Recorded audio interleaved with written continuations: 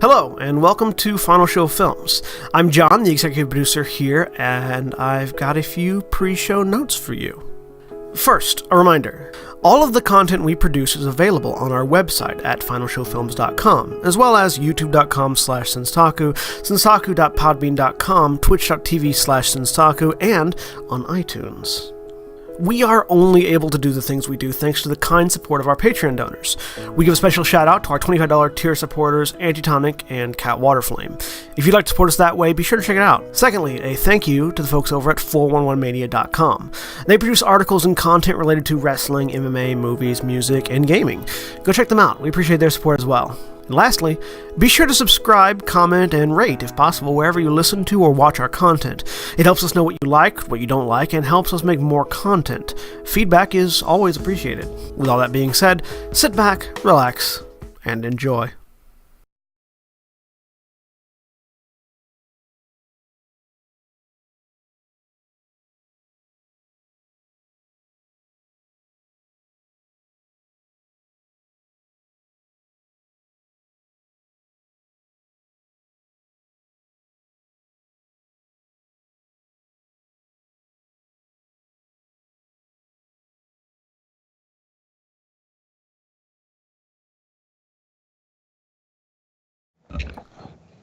Wrong booth. Hello, everyone, and welcome to Adventurers League Storm King's Thunder as I hit the wrong scene. I'm John, and I'm the game master for the day, and with me today is William. Hi, I'm William, and I'm playing Farron Altarian, human paladin of Ilmater. And Jeff. Hello, I'm Jeff, and I'm going to be playing Farbolt Chance, the half-elven rogue. And Aaron. Hi, I'm Aaron, and I'm playing Miracle. Trying to remember which character you're playing. Yeah. Alright. We do not currently have Jeremy. He is asleep or sick or something. Later, then we will work that in. But he plays Kindelar, the elven wizard.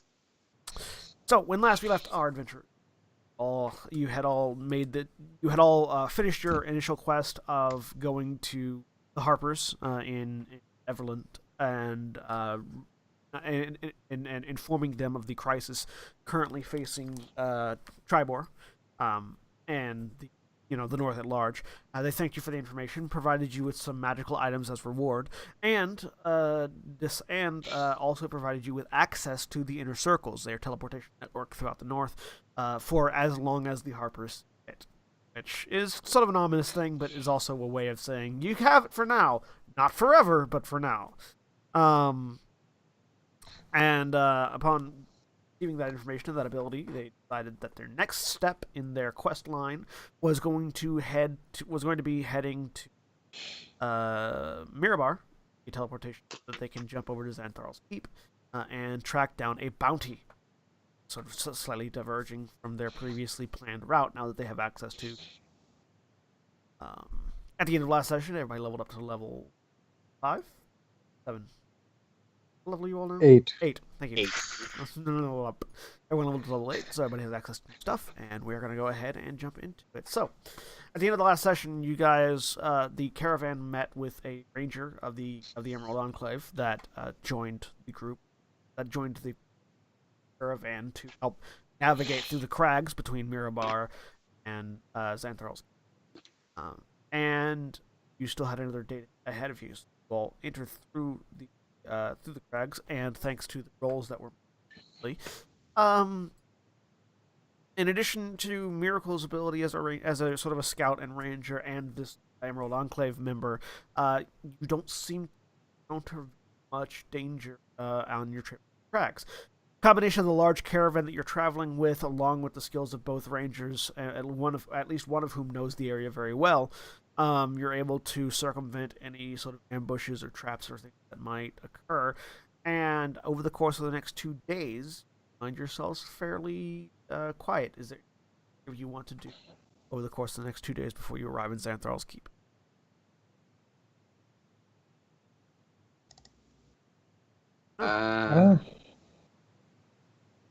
Along the travels, not too much.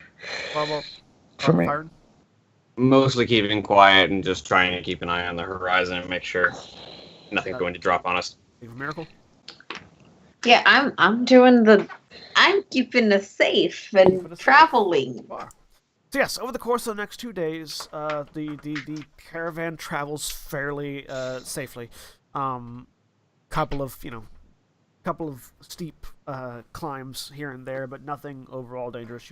It's pretty quiet, almost unnatural. So it seems to some of you.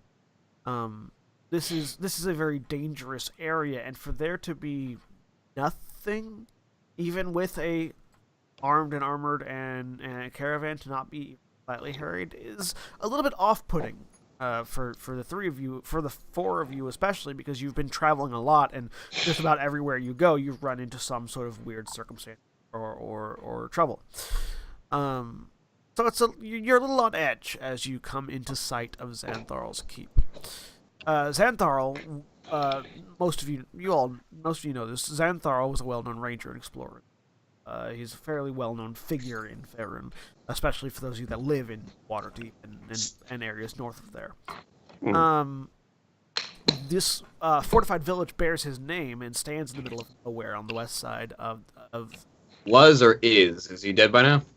Was. He has retired or dead. I'm not certain, but he's not important. Statement. Is what we're saying. This photo, it stands in the middle of nowhere, basically. It's the only sign of civilization on this, out before you get to Mirabar on this end of the crags, and this far north of the Long Road. The Long Road in particular being a very dangerous stretch of travel, which is why it's here, to provide people with that safe stopping point before heading to Mirabar, and vice versa, as well as to provide a place for people to hire on mercenary guards if they're traveling on the Long Road, which is the shortest way from Mirabar to Waterdeep. As you approach, you see an outer wall with heavy crossbows mounted across its battlements, like ballista, and which enclose a keep that is sheltered by a steep roof. It's currently sort of half covered in snow, because it is the north and it is very wintry here. Surrounding the keep, you can see just sort of barely topping the wall, the narrow rows of narrow stone houses with these similar steep roofs meant to shed snow. And as you approach, there's a stone bridge extending out from this plateau that Xantharl's keep is crossing a canyon, crevasse really, crossing a crevasse that separates you from it. And as the caravan begins to roll across the bridge, you horns blowing as the gates open up and several guards come out and immediately start waving. Get inside! Get inside! Giants approaching! The caravan and the guards with it pick up their pace. Do you all as well? Yeah. Yes. Yeah. Keep pace with the caravan. Those of you that want to can make me a perception check as you're running into town.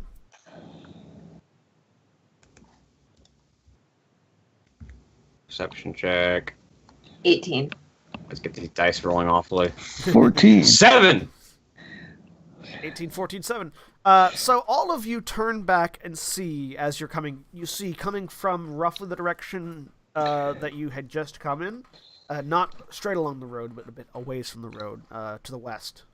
You see this massive frost giant clad in hides and, bone, walking in the middle of a pack of about 50 goblins, with ogres and hobgoblins behind. Miracle and Farbolt, you see that these ogres in the back have what look to be little, like, trebuchet in miniature strapped to themselves. And as you hurry the caravan in, you see these 5 ogres in the back scoop up goblins, load them into these trebuchet, and fire. I need all 3 of you. Afraid of that? I need all 3 of you to make me a dexterity saving throw. 14 again.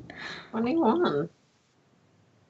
I get to add my shield bonus to this. You do. So it's going to be another 2.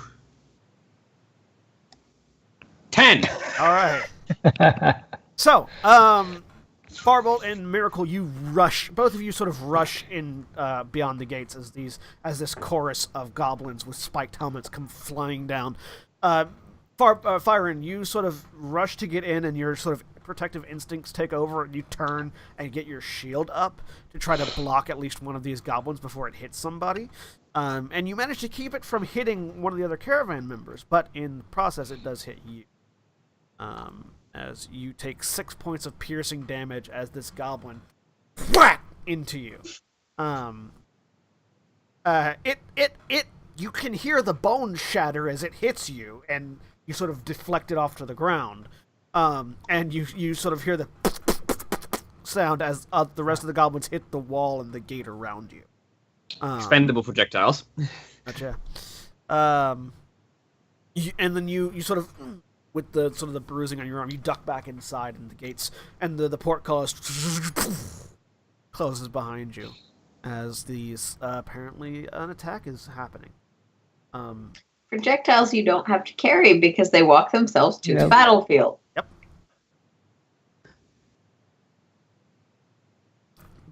Ogres with goblin hookers. Actually, wait, hang Add on. them How to much your campaign. damage was that?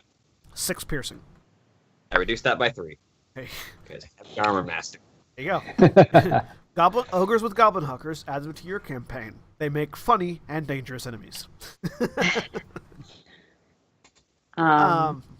So you Looking are around. You are inside now, inside the gate as this siege begins outside.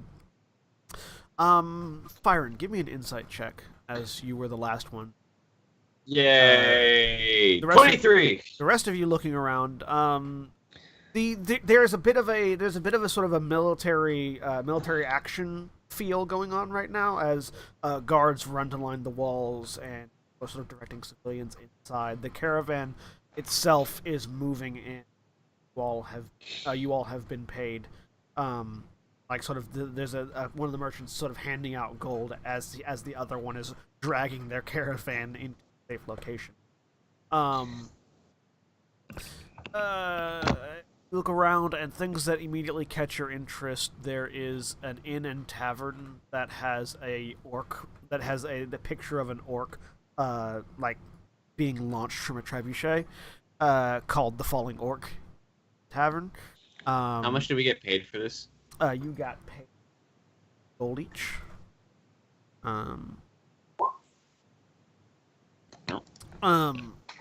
Better than nothing. Which is sort of a wood frame structure built on the remains of an older stone building.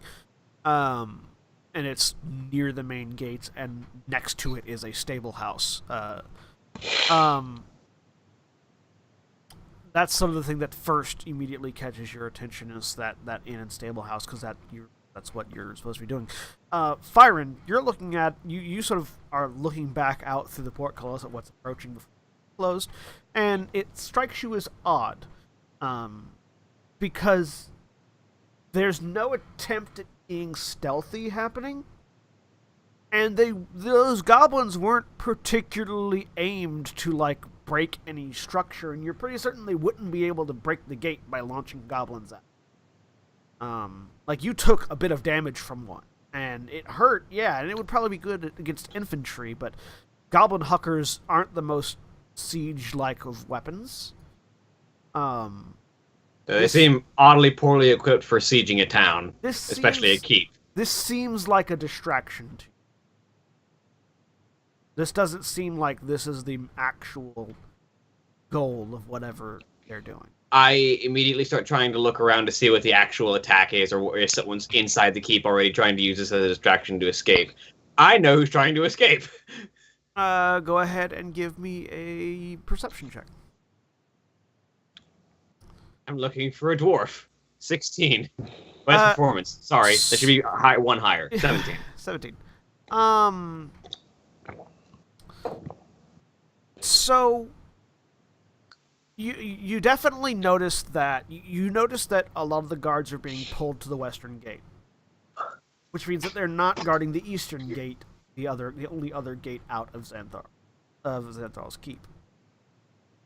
That's the first thing that comes to mind.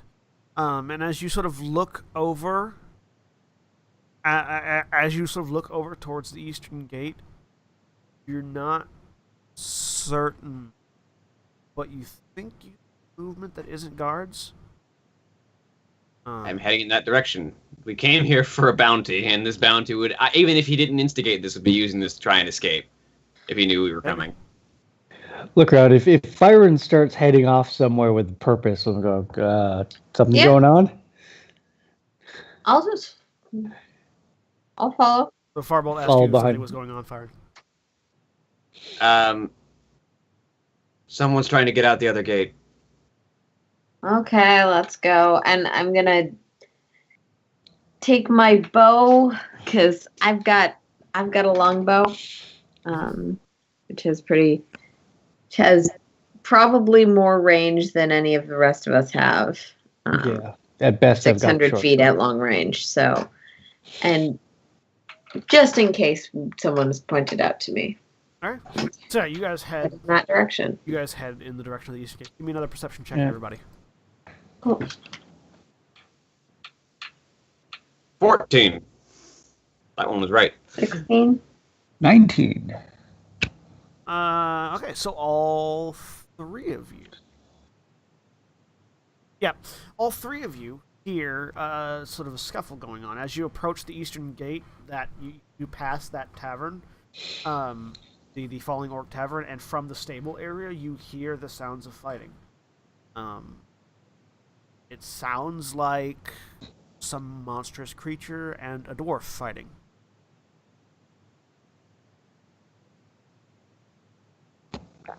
Is it in the direction I thought I saw movement? It's definitely towards that area. Yeah, looks. You're thinking it took you a little bit to walk that way. You're guessing, just sort of instinctively using that noble, educated mind. By the time you got to here, could have been the time it took for somebody to get from the gate to here. Well, All right, so someone's sneaking in the back gate. Yeah. This might be it, and I think I hear our bounty inside. I head in. All right. So Blade drawn. you all head over towards these stables, and the stables are open. They're not like they're covered on one side, but from the side you're approaching, they're not really covered. And inside, you can see a gang of bugbears in the middle of trying to attack or capture or something a dwarf who is currently fending them off with a pair of hand axes. So, we're gonna move Bugbear bounty hunters. We're gonna move you guys over to our blank battle map. And we're not gonna switch the map right now because I haven't got it set up for 3 people yet currently because last minute thing. But just imagine a blank white map with a square that has 10 bugbears. So you are approaching. I don't know if you have Gilded Mane with you or not, but Probably not, but I think he's probably outside. feel free to organize yourselves however you would like.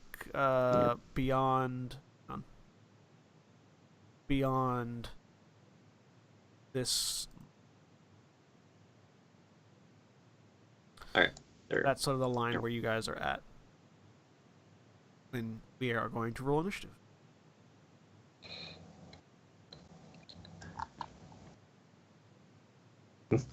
Start your engines. 4. My engine took a little bit to start. You're 15. a little late on the gas. You got to learn to time the revs with the. Yeah, you gotta hit it right as it turns. Not before or after.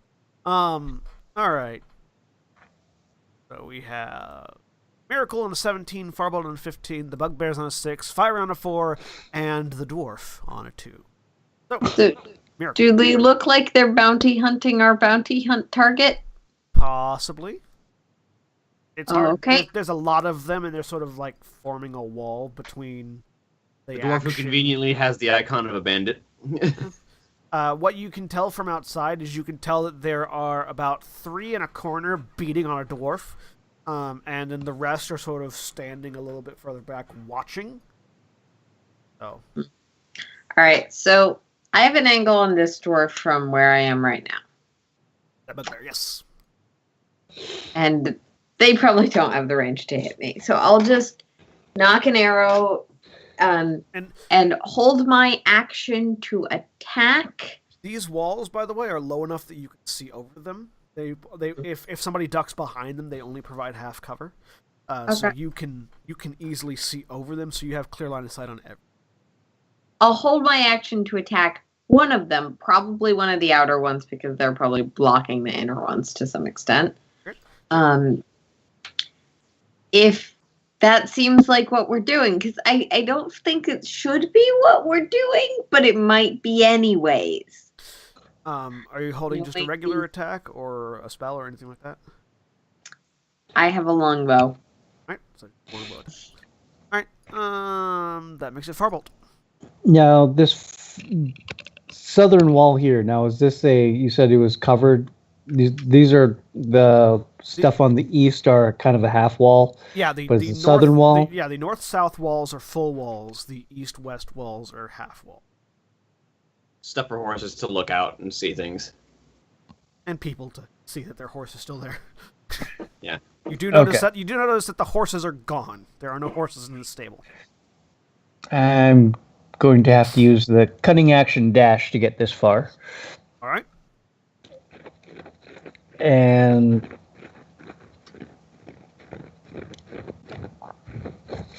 peek around the corner, and I'm just going to see if we can thin the herd a little bit and just cast sleep. Okay. Right in the middle. Go ahead and cast sleep. Sleep spell, best spell. Yeah, didn't roll very well though. You cast sleep, and you wait. Nothing seems to be happening. Yeah. I'm gonna go ahead and roll Convalar in. So I'll roll.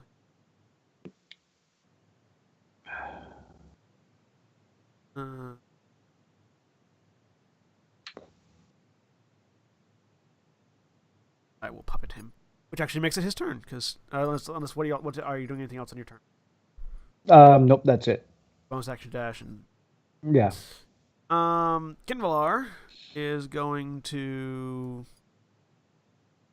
not picking a spell for him. I'm just going to use what he has already.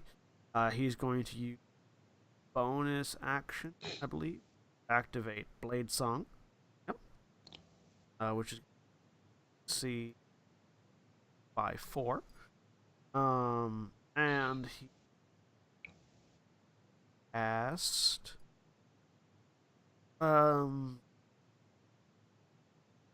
he's going to step over to here. Yep. And cast a lightning bolt. Because that works. This does.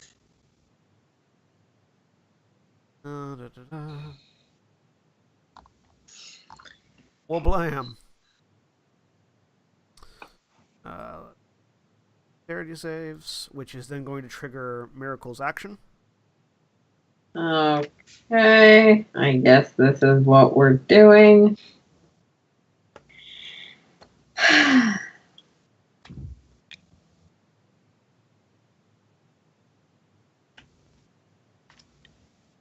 Longbow. First attack, 25. All right, are you attacking one of the 4 that got hit with the lightning bolt? I guess so, yes. All right, 25 hits.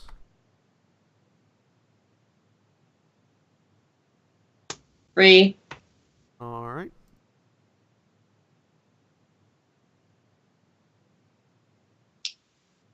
Damage, because I'm not actually very good at this. And second attack, 12. Okay, 12 misses. So the first arrow lodges into, we'll say it's that first one in the row, dealing 3 points of damage to him. And the second one flies, but he sort of has been shocked by lightning and then struck by an arrow, and just his Getting out of the way. His jittery rapid motions cause you to miss and hit a post instead of him. Cool. Did Kimbalar move back, or did he just accidentally get moved? I accidentally moved back.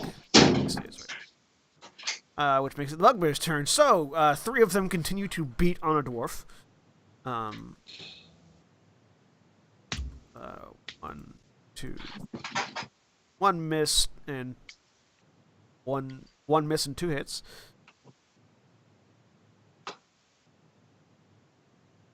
The others turn, and 2 of them duck into this half cover. One of them, actually, most of them duck into half cover.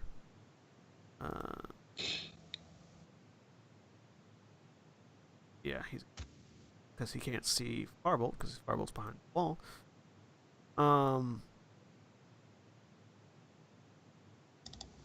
This one can't get into half cover from you guys, so he's gonna try to go after you.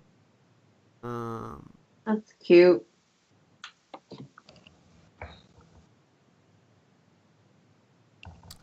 Yeah. So, javelins are prepped and thrown at Kinvalar, Fyron, and Miracle. I impose disadvantage. 2, 3, 4, 5, 6. So 2 at Kinvalar, 2 on Fyron, 2 on Miracle. Which one are you imposing disadvantage on? First or second? The first one coming at him, yeah. All right. So with a natural 1, he reaches back and goes, flitting, and looks up and sees his javelin stuck in the post next to him. The second one hits, doing 10 points of damage to Fyron. Unless he can use shield to deflect it. Actually,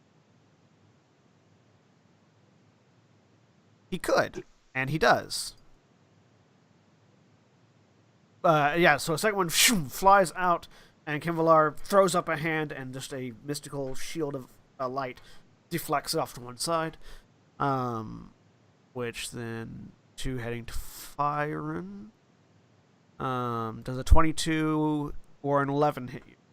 The 22 does, the 11 does not. All right, so you knock one out of the way with your shield, and as you do that, the motion carries through.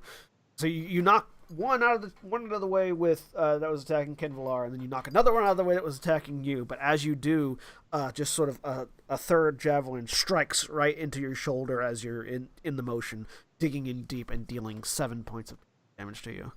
Fortunately, my armor eats most of it. I only take 4. Armor does reduce 3 of it because you have that feat. And then 2 Yeah, are going heavy at armor master. Miracle. Miracle does a 15 and a natural 20 hit you. I think they both do. Yeah, they both do. All right, you take 11 points of piercing damage on the 15, and you take 11 points of piercing damage on the natural 20. Okay. Sometimes dice work that way. Which makes it Fyron's turn.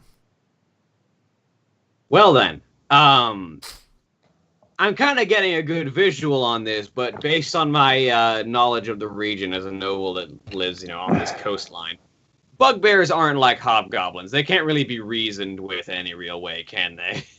Not often. Sometimes they can. Sometimes they can, depending on the situation. But if they're after prey and you have the suspicion that they're working with the giant outside, they're probably here under orders. Which means they're not going to stop for us. So there's nothing to do but protect people. And even if this guy's our bounty, he doesn't deserve to be beaten by bugbears. So no, he deserves instead to be beaten by us because that's what we were actually coming here to do. I mean, I give him. I take him into custody. Yeah, let's say I intend to give him the opportunity to surrender to us. We don't necessarily know the bugbears didn't. This is the voice of Miracle in the back of your head being stupid at you. Being completely unreasonable at me.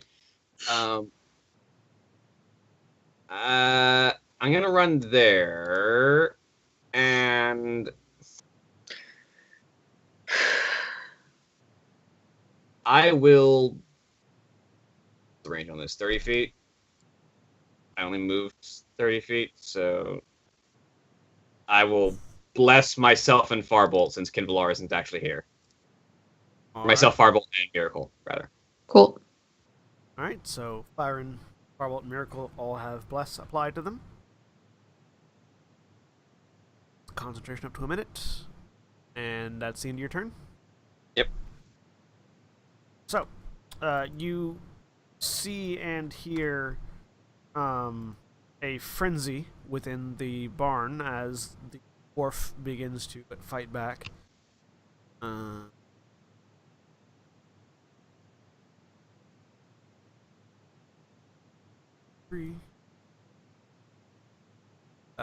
he begins. You sort of hear the sound of metal on flesh as he hacks into these three bugbears that are around him with his hand axes. Well, into one of them at least.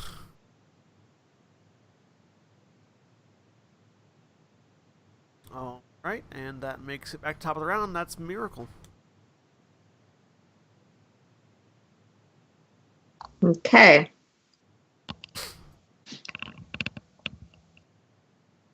Miracle. I was gonna. Well.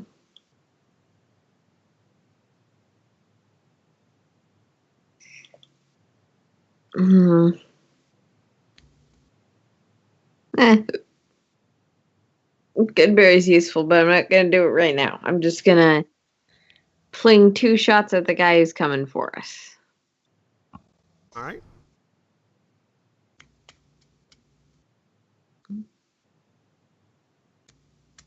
11 misses. 11 misses, hits a post. 13 misses. Also misses. So yeah, he's charging out, and now he's a moving target, and you trying to lead him, and then just into the post before him. Anything else? That's my turn. All right, Farbolt.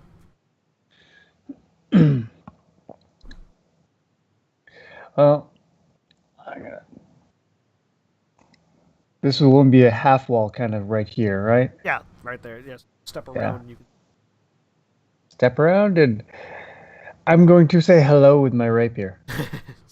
just pop around the corner. Hi there. And we'll say you were hidden from him previously because your sleep spell didn't do anything to cause him to draw attention to you, so you do get advantage on this attack. Oh, okay. And is a sneak attack. Well, if I have advantage, I can get sneak attack. Hits. 20 hits.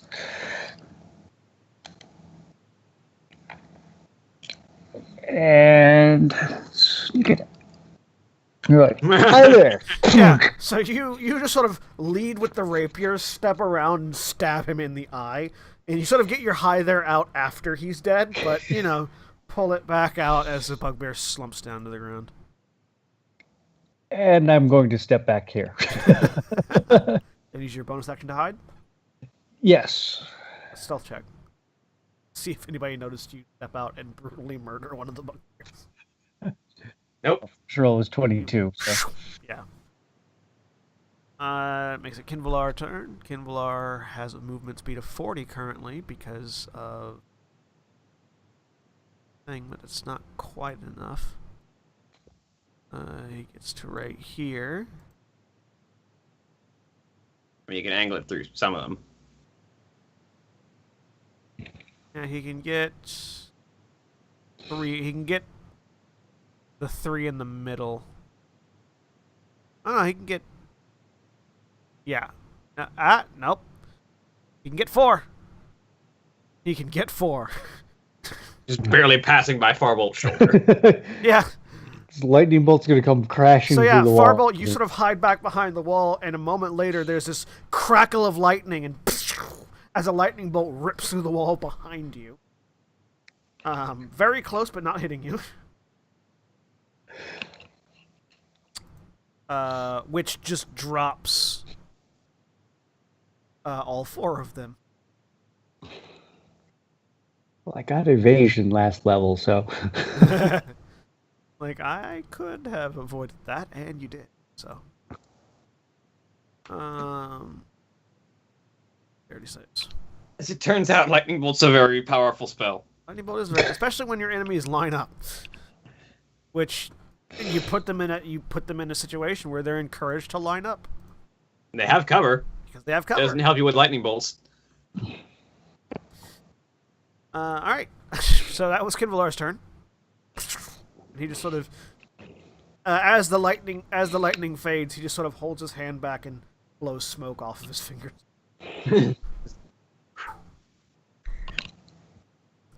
Bugbears. One of them hops the fence and runs at Kinvalar because Damn it.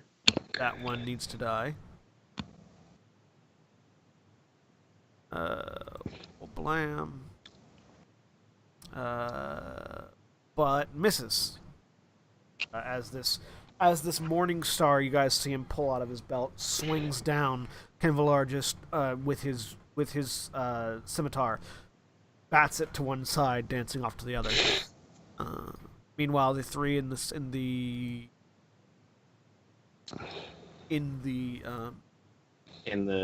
stables continue to beat on this dwarf.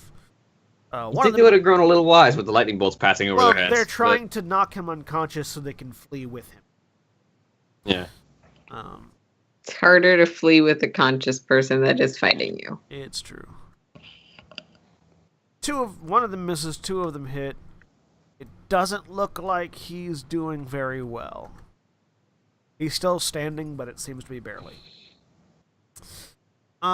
Which makes it Firen's turn. I can't quite get in there, but I can go here. Make this attack with advantage because flanking. Yep. 18. 18 will hit. 10 slashing damage. Slice him in the back for 10. Still standing? Yep. Hit him again. 22 hits. 6 more. Yep. You run up behind this bugbear. 2 strong strikes. Anything else? He's still there? Yeah, Okay. he's still there. In that case... Oh, I need to have my bless. Here. 1d4 bless. 1d4 bless. Does Bless add to damage? Hashtag blessed. No, it's just attack rolls and saving throws. Oh, yeah, I forgot about that. Or Blessed. Is it difficult terrain to pass over this half wall? Yes. Okay, so that'll be my last 10 feet to move right here. Alright. Jump over it. It's the dwarf's turn. Dwarf to frenzy guys. He could fucking dodge, but... Well, he could dodge, except that he kills one. And the other one takes a good amount of damage.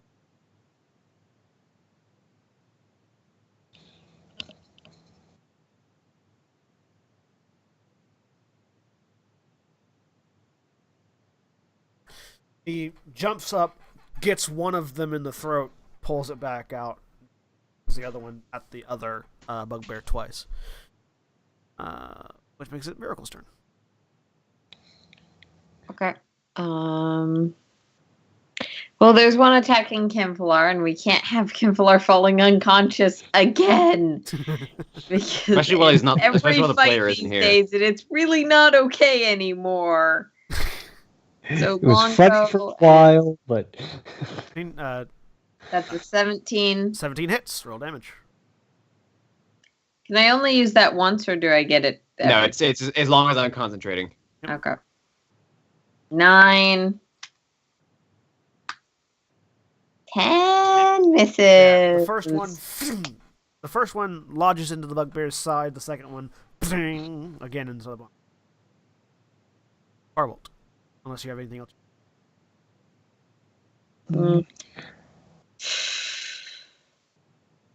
No, I don't have any active good berry, so I can't further. I mean, technically, Red Feather could attack. Yeah. With the bonus action. Let's see how far he can move.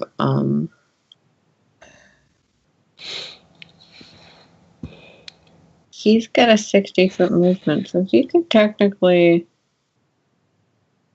Yeah, he's gonna. I am embracing this suboptimal ranger thing. So he's gonna go there. And because I attacked, he can use his bonus action to attack. 14. Does he benefit from your bless? Do you I have shared no spell? idea. That would Do you be have a shared question spell? for the GM. There is. I think there's a ranger ability at a certain level where any spells that benefit you also benefit your companion. I don't think so because that would be awesome, and rangers don't get awesome things. And also, I think that's a different version of the ranger. That might be no. the They revised definitely don't have that No, yet. it is, but it's 15th level. Yeah. No, it does not have blast. So the red feather screeches through and. But misses just barely as the bugbear ducks underneath.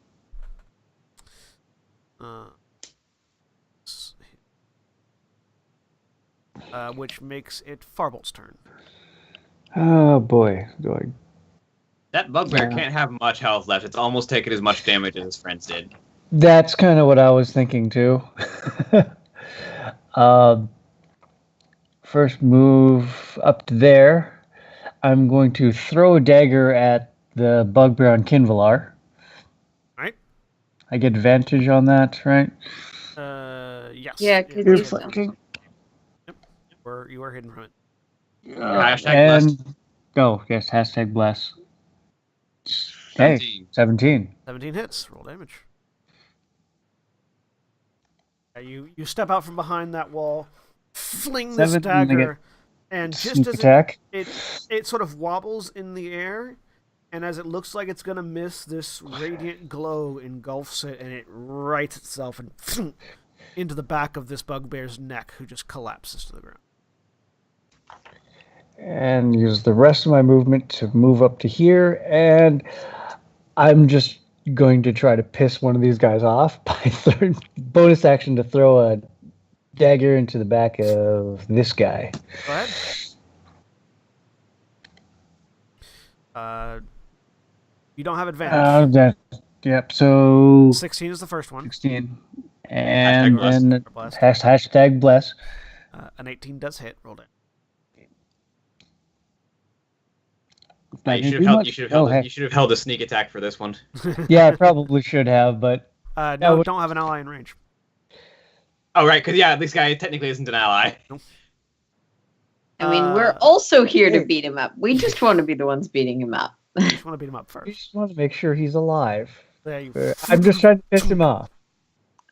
Get him in the back of the neck with that. Was this a bounty we only get if he's alive? Yes. Okay. Yeah, we're not allowed to kill him.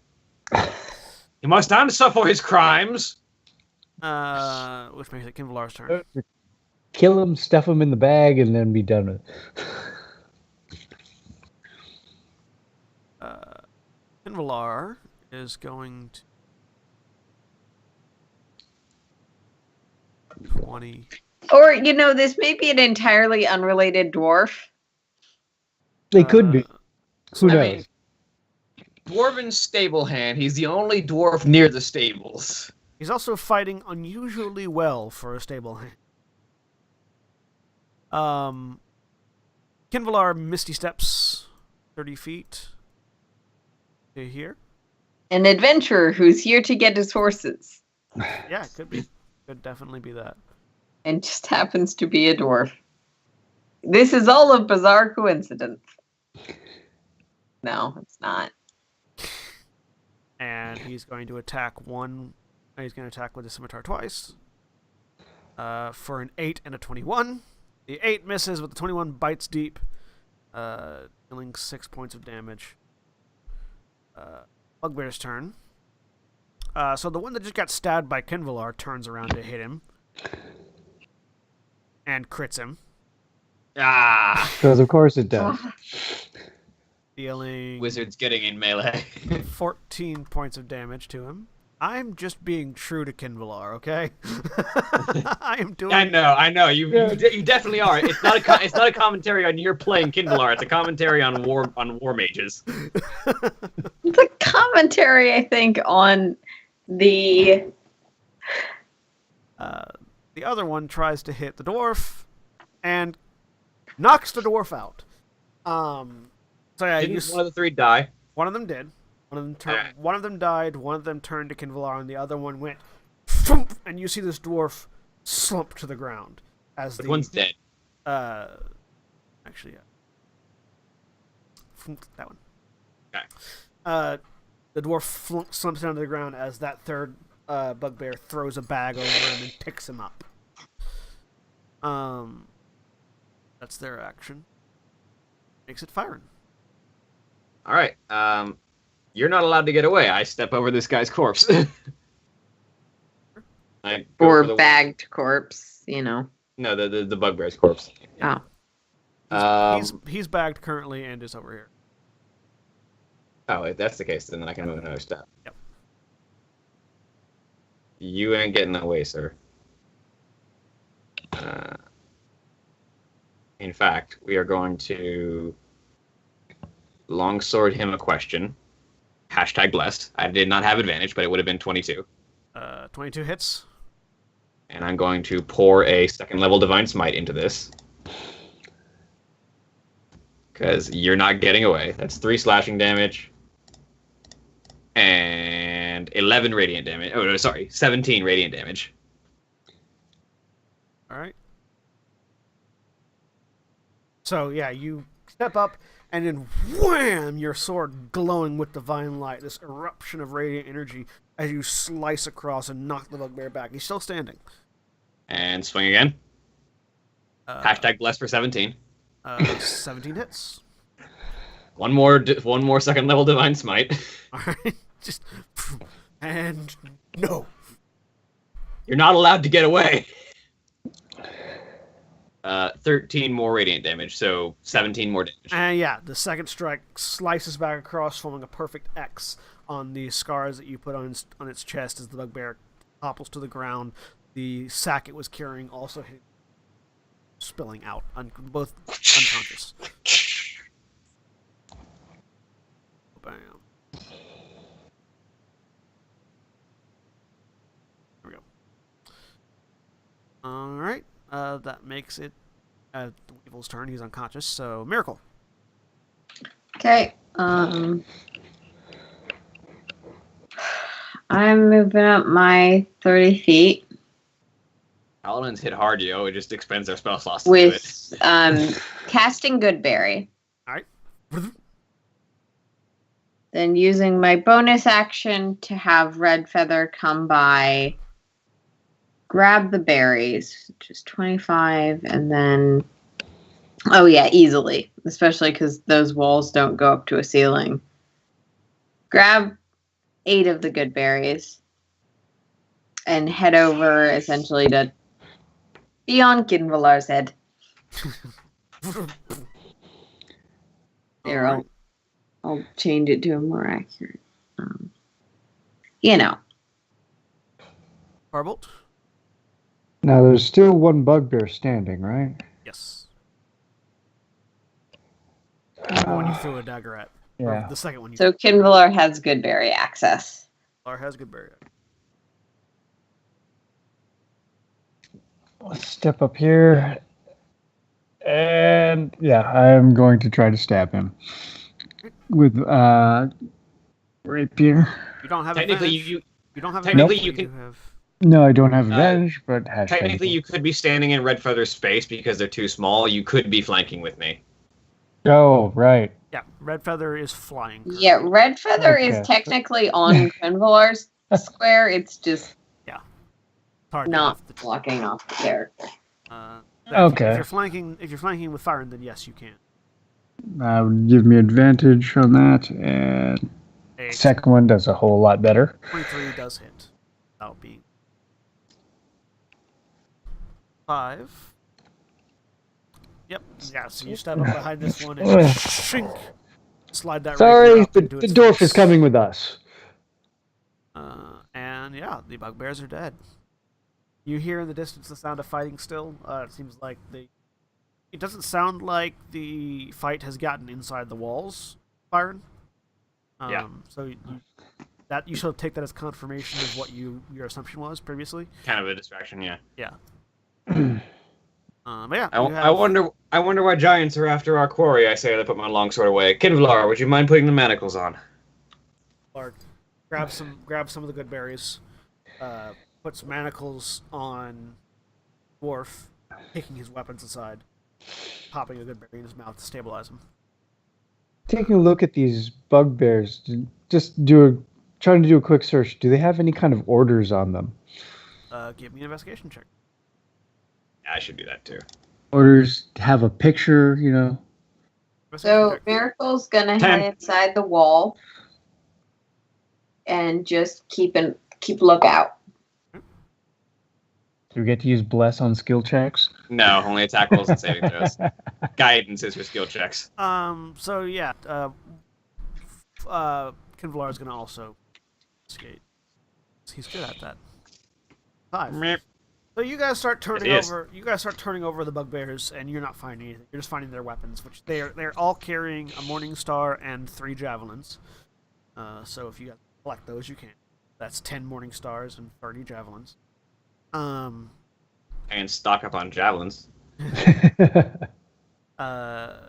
take 5 for another 10. While you guys are doing that, Kinvalar steps over to the one that actually had the bag, and checks and looks on him, and finds a note scrawled in giant, which he sort of looks back.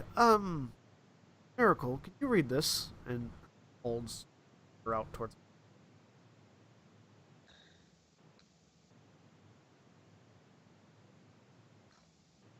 Aaron? Kinvalar held a paper out towards you that is written on in giant. Oh, I'll read the giant. Yeah. It's a set of orders from. It is a set of orders from. Let's see. No one. All right. A set of orders written in giant script that's slightly more intelligible than most giant script that you've read before. Basically telling these bugbears to sneak around through the gate and acquire a dwarf named Orville Forkbeard. And bring him back alive. Okay.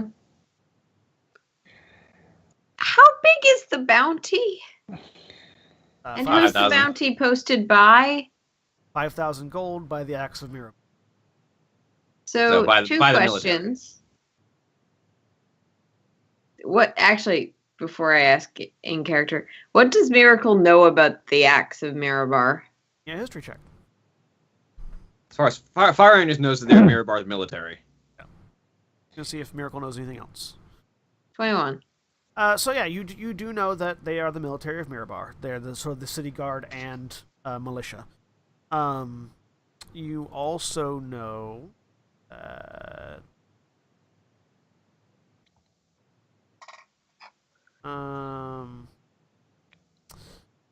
they are.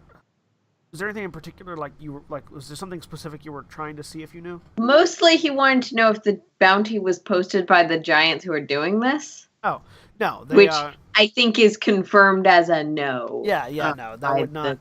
They likely, if the Axe of Mirabar are posting a bounty for him, it's because he is a traitor, deserter, or something along those. Okay. If it's specifically from the Axe. This guy has managed to piss off both Mirabar and some random giants, or he knows this something. These giants really need 5,000 gold and have no better way of getting it than some random bounty target. Bugbears aren't the brightest. What are the odds that this man is a defector for the giants, and when the bugbears were told retrieve the dwarf, they assumed he needed to be unconscious? The syntax of the sentence, retrieve is the translation of the term. Mm-hmm. In giant, the word means capture. Oh, Okay. So no, it's more of a insert long linguistics lecture.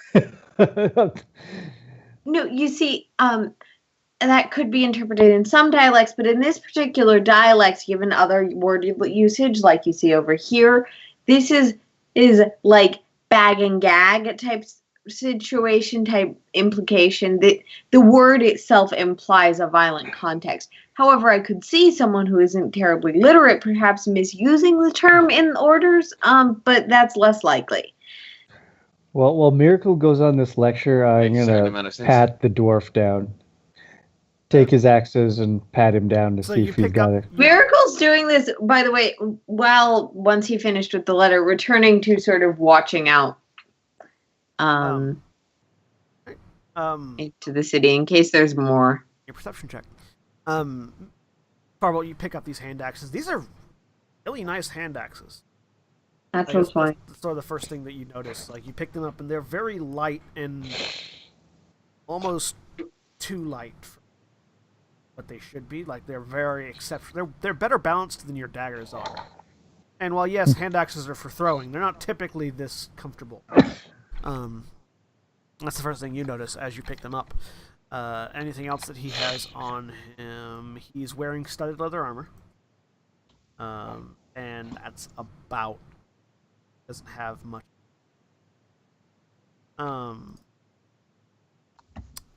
With a natural 20 Miracle, you don't see anything else coming. You do sort of look to the western gate, and you sort of you can still hear the sounds of fighting, and you see a goblin go flying over the wall and splatter on the ground. But it sounds, from listening, it sounds like the fight is retreating.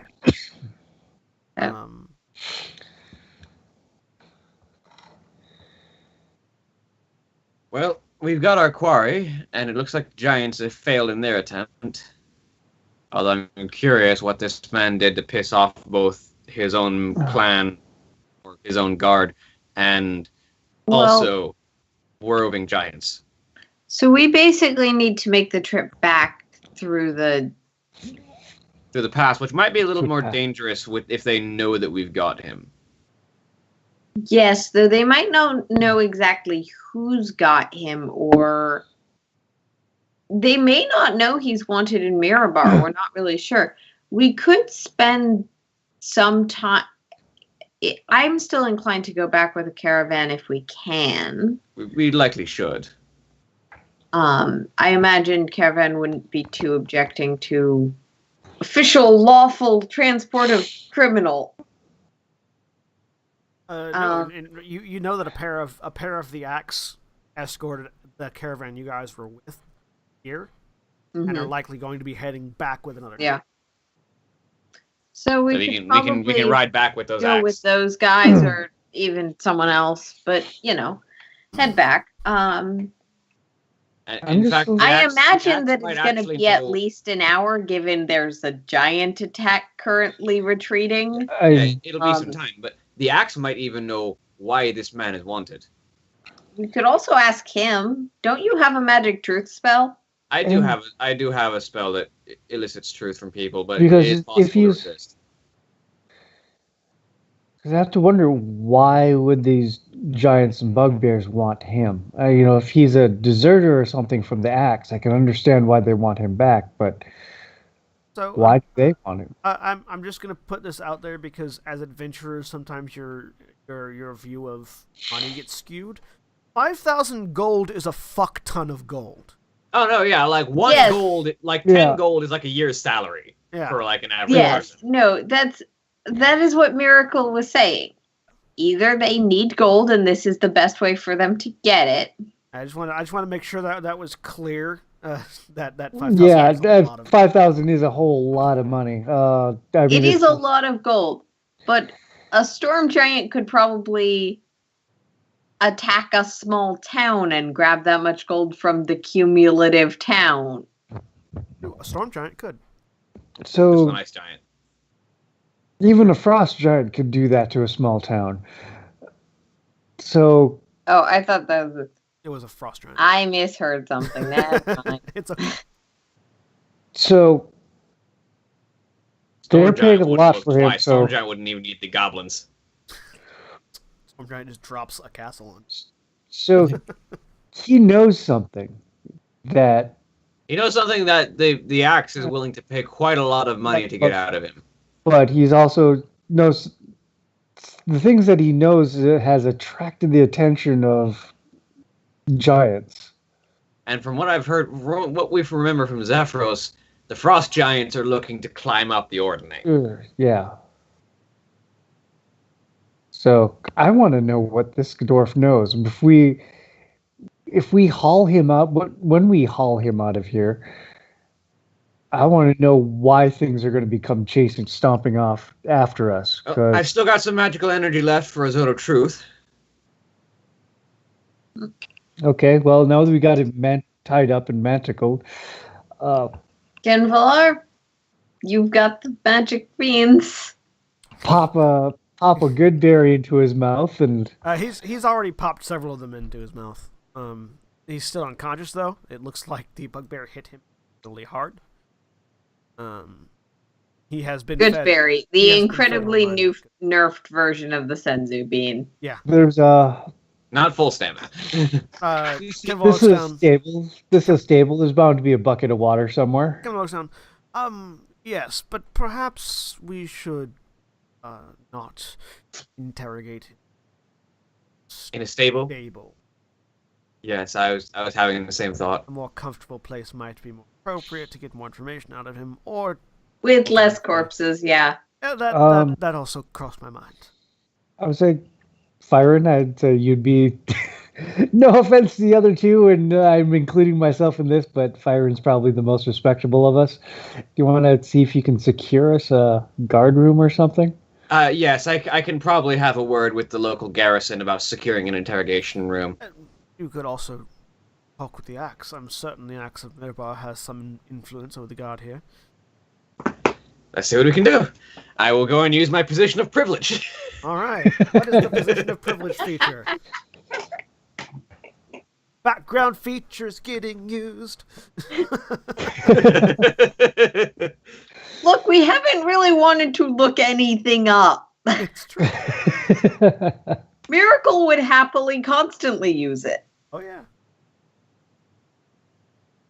Percentage of privilege. Thanks to your noble birth, people are inclined to think the best of you. You are welcome in high society, and people assume you have the right to be wherever you are.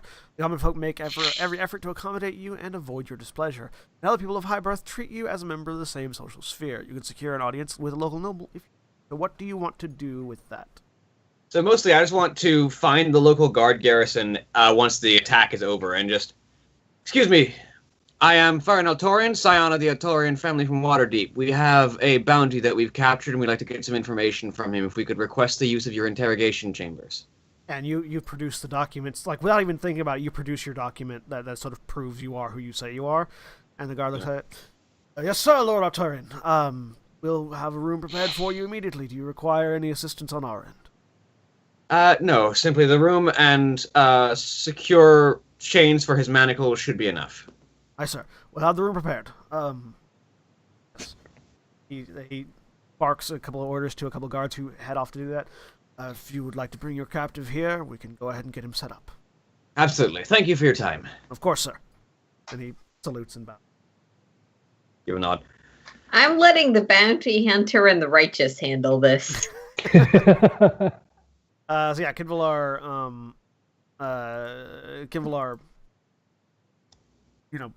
carries the unconscious dwarf with you, guard station. Farbolt, it might be useful if you and Miracle could go acquire the axe that are likely still with the caravan. They may wish to shed some light on the information we acquire. Yeah, we'll go. And he You guys talk to the dwarf. We'll go talk to the guards. Talk to the other dwarves. other dwarves. And he I was actually. Do they have like a local library? I could probably look up whatever we need to know there. Certainly. Edward looks around, thinks about it for a minute.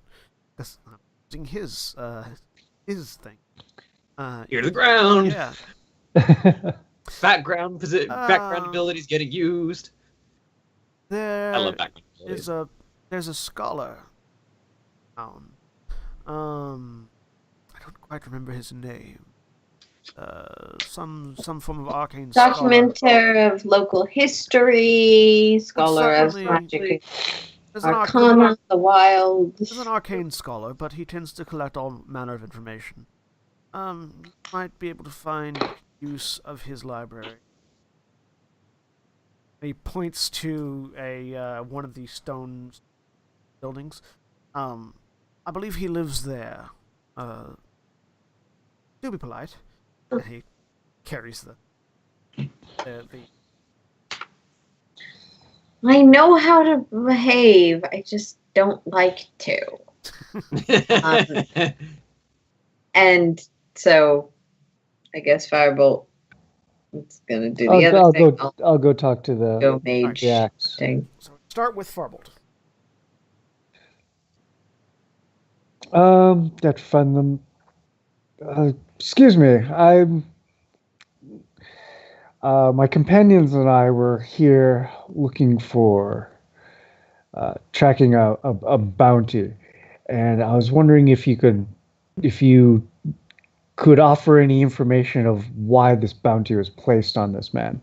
So you go to the inn and find the caravan guards and everybody in conversation with them. Give me a persuasion roll. Yeah. They're dwarves, buy them around. Oh yeah. Your background is also in effect here because they've been with you for an extended period of time, so they're predisposed to liking you.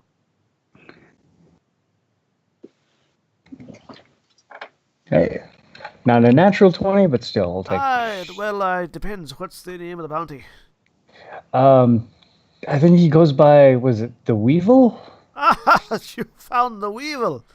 Oh, that'll be good. He's a deserter. Deserter? Yeah, deserter. Why, did he take something with him?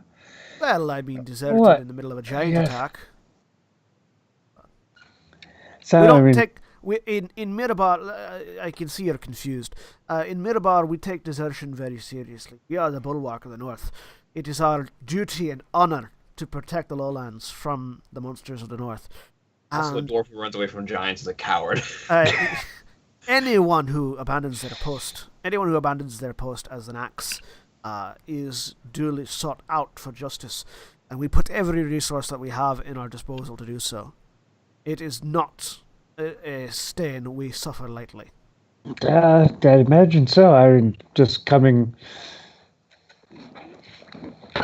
being half of it myself, I guess I just didn't understand. It seemed like you slept with the wrong person or something. I know, that's typically a slap on the wrist. Desertion is a very serious crime. Sure. Also, he's been on the run for quite a while. Yeah. As they evade capture for longer, the bounty goes up. Yeah, it goes up. So you eventually get someone competent enough to grab them. Yep. But if you have them, good. Yeah, so I'm assuming you will be heading back to Mirabar. If you like to bring him back and claim your reward, you can travel with us. We'll be catching caravan out tomorrow. That would be welcome. Hey. Feel free. And if you're interrogating the bastard, give him a few slaps for me.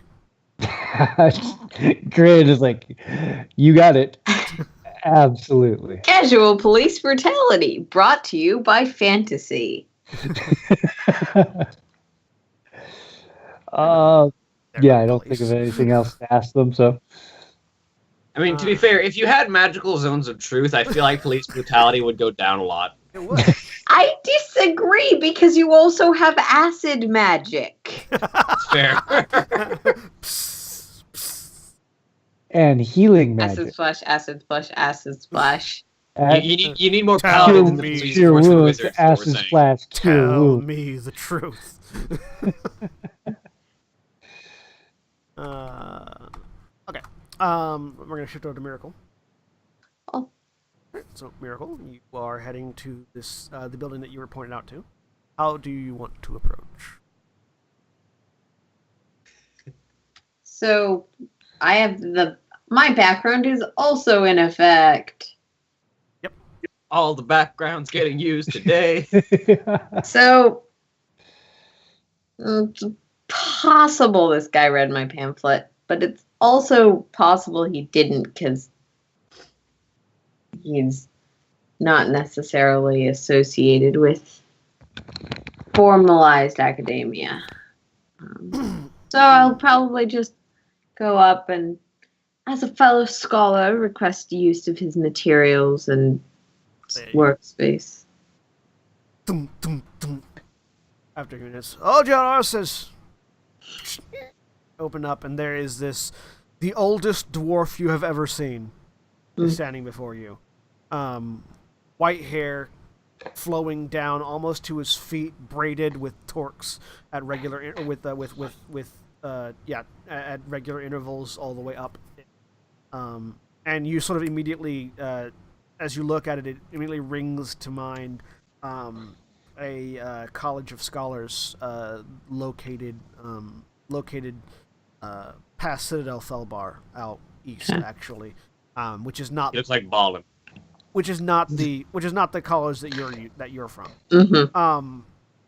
And it's sort of these are sort of indicators of rank, and basically the Right. sort of very easily clues you into this is a senior. This is like a very very senior scholar, and he's wearing just these very very plain brown and black robes as he opens the door. Ah yes, what can I do for you? I heard you had a significant library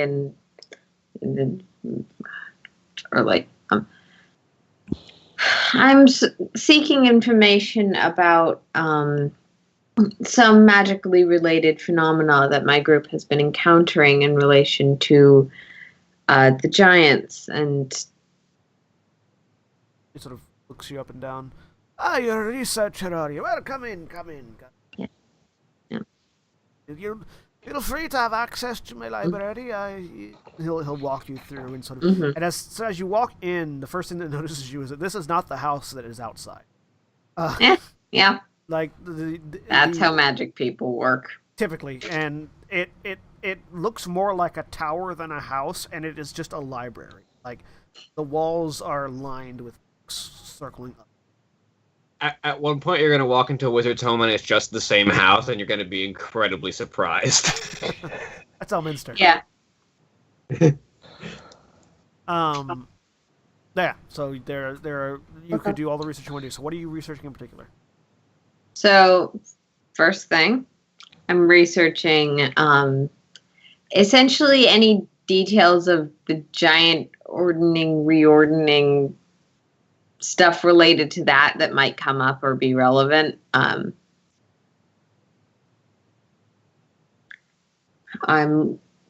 looking for that. Okay. If he's got anything on that. Anything else? I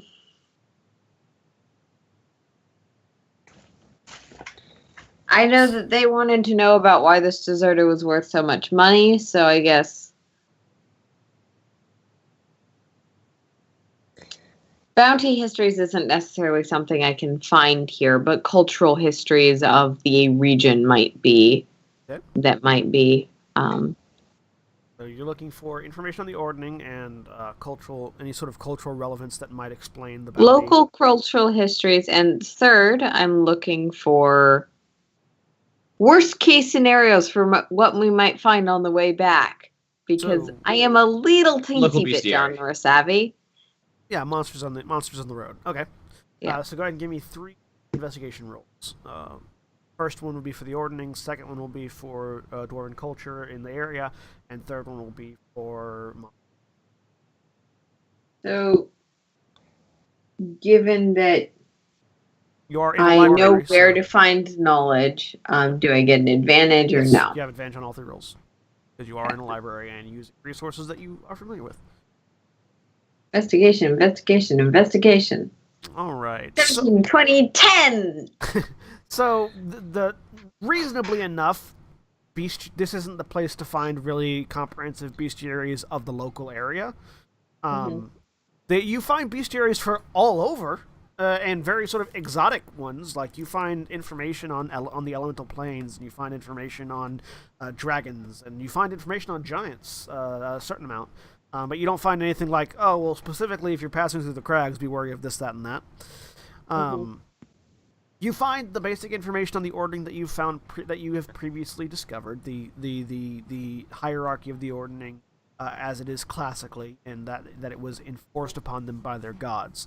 You do you sort of, as you're reading through, you do recall that the shattering of the ordning is a new thing, like brand new. So there's not likely to be much information that you can research about the shattering, but you do get plenty of written confirmation of the structure of the ordning. Storm giants were at the top, followed by cloud giants all the way down. Anything more mechanical is the wrong word because mechanical means something meta-wise, but structural or magical or mostly he's looking to see if there happens to be anything like speculative or about the innovative. About the purpose of the ordning, or like what it does mechanically in universe sense, like what the purpose of the ordning is. More Miracle is looking for any speculation, research, experimentation, or exploratory scholarship that may give him an idea of what we might be supposed to do in relation to this thing. So in that field, what you primarily learn is that the purpose of the ordning is to keep the giants in line. It's sort of like a leash that the gods handed to the storm giants to keep the rest of their kin in line, so that you don't have frost giants, fire giants, and hill giants rampaging across civilization. It is meant. Yeah, that is kind of becoming a repeated problem. It is sort of. It is a holy bond, basically, passed down from their gods, that allows them to reign on everything. And with it broken, it definitely seems like they're rampaging a lot more and trying to sort of reassert themselves in a different order. Whoever's at the top of the ordning governs giant society and hands out punishment and legal ramifications, and basically is the stopgap for chaos. Traditionally, that's been storm giants, who are goodly creatures. Storm giants are almost universally lawful good. They are the closest to the gods, and they're also, by virtue of the ordning, the most powerful. You don't learn like specifically what you should do, but you do learn the implication of if the ordning were ever to change. And the implication is that if the storm giants do not remain on top, chaos will reign. Because stupid evil isn't usually good at ruling. Fire giants are lawful evil. Frost giants are traditionally chaotic evil. And cloud giants are neutral evil at best. Well, cloud giants are like half good, half evil. Yeah, they're like cloud giants fluctuate up and down, but they typically tend to be in the neutral strata. And so if cloud giants took over, it would be bad for humanity. If anything other than storm giants took over, it would be bad for humanity. Cloud giants would be the least bad, but it's still so we're pretty basically bad. Supposed to maintain a political structure that is favorable to our own faction. Miracle can understand and appreciate that from a practicality standpoint. Effectively. Keep the cloud giants on top so we don't get screwed. As to how to fix it, the only information you find in that regard is that this is a divine ordinance. So it's gonna. So we're gonna need a cleric of the correct god. here. something. You're not necessarily a cleric of the correct god, but it's definitely going to have to. You're going to have to talk to somebody who knows the giant gods pantheon. Like We need a giant cleric. whatever it is, it's going to involve their worship and beliefs. Do we know a Goliath cleric? No, you don't. And then the second one was dwarf Do I society. know? Do you know what? No. The answer is almost certainly no, and it's not not necessarily something we can go after. But What's the question? there were scholars, both arcane and otherwise, and acolytes who were not even like magically oriented, that tend to keep track of pantheons and that sort of thing specifically, or make that their focus or area of study. Now, Miracle was more about how to use magic practically, not how to catalog the gods. But would he know who academic to go, who or where an academic, Well, the go-to academics would be for your broader intercultural deity? Your research. researcher background specifically says that if you don't know the lore, you know where and from whom you can obtain it. So actually, yes, you would. The College of Divine Lore in Silvery Moon would be a place to go to acquire information about more divine subjects. Do I know if they would? Maybe not, but do I know if they keep records of divinity that wouldn't be their divinity?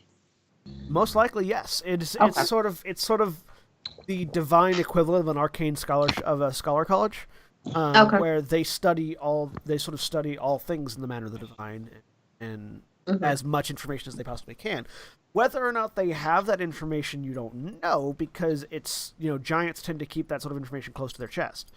But if they don't have it, they probably have theories, and it's probably a decent place to start. So okay. That would be your thought would be Silvery Moon. So now we have a decent reason to go to Silvery Moon, other than I think we were trying to steal something there. Other than attempted burglary? Yes, other than attempted burglary. Yeah, Okay. that would be. All right, so Silvery Moon Scholars thing. Anything on the... Oh, yeah, so the other one was the Dwarven Society. Local culture history and dwarves and deserters and... Yeah, so you learned Why that... is this bounty so high? You learned that in Mirabar especially. In Dwarven cultures, almost universally, honor and duty are paramount pillars of their society. In Mirabar, those are the most paramount of pillars, because Mirabar operates as the shield of the North. They are the bulwark. They are to use a Game of Thrones reference. They're the wall. They are the thing that keeps the monsters of the North at bay from harassing the people of the South. The Long Road is already dangerous enough. It would be several times more dangerous if frost giants and yetis and white dragons and all these other things that live in the North were to come south. And all that terrible shit that's in Icewind Dale, it stops at Mirabar. Yeah, it stops at Mirabar and Luskan. Those are the 2 points on the map that push back. And Mirabar takes a great amount of pride in that is their job. And as a primarily dwarven society, that is a big deal. And so desertion of your duties as an axe of the Mirabar, or as any sort of military operation within Mirabar, is one of the greatest offenses you could possibly do. Okay. Because you are and you sort of get the inherent statement there is the inherent statement in desertion is, I don't care about the thousands of lives we defend, the millions of lives we defend. Related side question. Do they typically take bounty payments or hand out bounty payments to giants who just happen to want lots of money for some reason? You don't know. You imagine that they would pay a bounty to just about anyone that brought them the bounty, but there has never been a case of a giant seeking a bounty. So He doesn't you're have not, precedent. Yeah, no that's what's a precedent little set. weird to him. Yeah, there's no Okay. precedent before set. You know, the ordining's broken. Maybe this guy's like, you know what the best way to get on top is? Have all of the gold. So that's possible, but not likely. Okay. That's basically all I've learned, all I wanted to learn that I can. Yeah. So I'll head back and We're gonna cut see back if I over to catch the end of the So we're going interrogation. to come back over to Fire and Kinvalar then. So yeah, you guys have been set up with an interrogation room. Orf has been sort of manacled and set on at a table. He's not manacled to a wall; he's manacled to the floor. Yeah. And he's sitting up in a chair and table as he starts to come to. Kinvalar just sort of leans back in the corner of the room, half hidden in shadow, as the torch, as the sort of being intimidating. yeah, as sort of there's sort of like a very simple chandelier in the middle of the ceiling, hanging down, that's casting light down and up and sort of vaguely radiating out to the sides, but it's shaded, so it's not casting a whole lot out into the corners of the room. So it's that very traditional interrogation room, single light bulb above feel. Yeah. And yeah, you two are in the room alone. So as he comes to, I just sort of stand in front of him. Okay, we've got some questions for you, and if you don't resist this, it'll be far less painful, as I'm not one to inflict wounds myself, but my friend over my shoulder, I say, pointing back to Kinvalar, is less restrained than I am, as I cast Zone of Truth. So give me an intimidation check with advantage.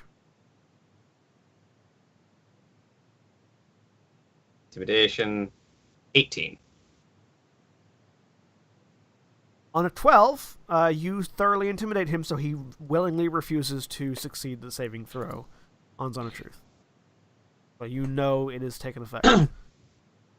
All right. All right. Well, then what do you want? So first off, you're wanted in Mirabar, yes? I What did you do to piss off giants so bad? We know why you're wanted in Mirabar, or at least we can assume. didn't do anything. Never dealt with giants in my life. Well, for some reason, a group of bugbears under order from a bunch of giants wanted to capture you alive. I don't know why. Other than the bounty. Would your people actually pay a bounty to a frost giant? Not likely, but I don't rightly know. Don't know that it's ever come up. Well, that's something to look into. But, tell you what exactly did you do? You sort of sense that he's hesitant to talk about it. But he's already been thoroughly intimidated by the two of you, so. I'm a deserter. Left my post. Wanted out. Here. In... There was an attack gun. Mirabar. Sighted giants on the horizon. And I used it as an opportunity to slip south.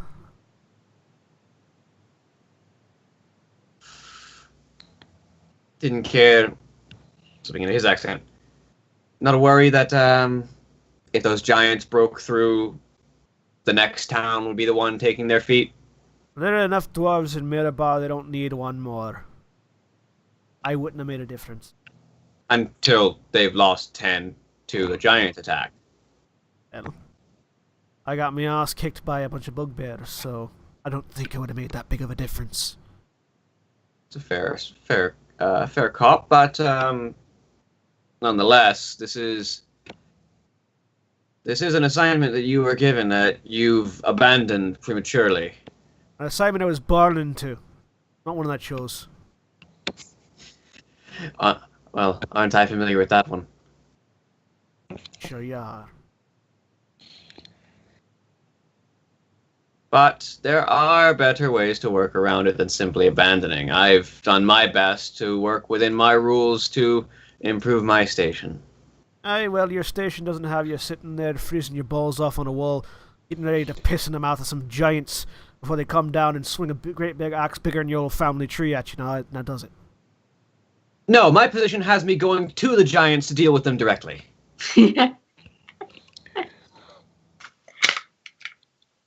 He just sort of looks pissed, basically. Like, he knows what comes next, so you've had your answers. Don't know that there's much more you need. Kinvalor, anything you would like to ask? Kinvalor shrugs. All right. Well, we'll be heading back with a caravan with some of the local acts tomorrow. You'll be coming with us. Right.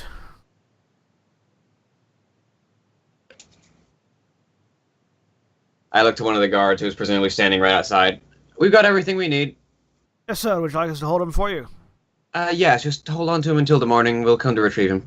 Right, we'll throw him in the jail. Salute you again, and they move in to move him to a jail cell. It's like, yeah, you don't have to deal with giants every day of your life, do you, highborn noble? No, actually, that's my job. Alright. Alright, so, you all reconvene, so just outside the guard station. That interrogation didn't take terribly long. Miracle, you're sort of the last to join, because you were reading for quite a while. And yeah, the four of you are back together outside the guard station. Well, we certainly received some enlightening information, Kinvalor says, his voice dripping with sarcasm. What about the two of you? From what I can glean from talking with the Axes, they really don't like deserters. Yeah, that would fit. Only thing I can add really is that, well, if we are headed by Silvery Moon, it might be,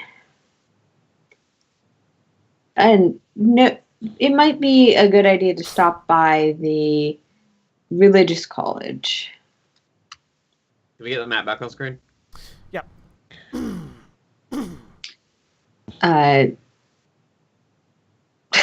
Sorry, I lost my train of thought mid-sentence. Religious college. Yes, so, as we all know, the ordining's a religious phenomenon, an aspect of divine magic, as sort of thing the gods directly from the gods. In addition to just confirming some of what we already knew, I think the other takeaway was that in terms of determining what we might be doing or what needs to be done to reestablish the ordning or convince the relevant deities to reestablish it, we probably need someone well-versed in those religious traditions. The college in Silvery Moon would at least give us a better idea of where to start when looking for such information or people. That is, if we actually want to reestablish the giant ordning, I'm in favor, but I understand that you guys are weird. No, I like the idea of giants not breathing down our necks and rampaging against our walls constantly. Kinvalor sort of scratches his chin. You know, the best source of information would probably be a giant themselves. If we could find one like Zephyros that isn't bent on killing everybody around. Yeah, the other thought I had was giant cleric, but I don't know any giant clerics. Goliaths tend to retain a lot of their giantish culture. If we could find one of them. We'd have to head up into Northwind Dale for them, though. Well, we are heading back to Zirabar. Icewind Dale, I should say. Not I was just thinking it might be lot more farther reliable to try and find and then source check something that we get in Silvery Moon if we have to head back that way anyway for the magical sword that you wanted. Where's our I'm over in Silver Moon, so. where are our teleportation circles that we can get to? We can get back to Everland. If we from Mirabar, we can go to Everland. So if we want, we can go to Everland, make our way to Silvery Moon, do some research on our way to Zedmorven Hall to find this blade. That's certainly a path we take. I'm gonna mark the teleportation circles. Where are they exactly? They are. Let me pull them up again. Mirabar, Everland.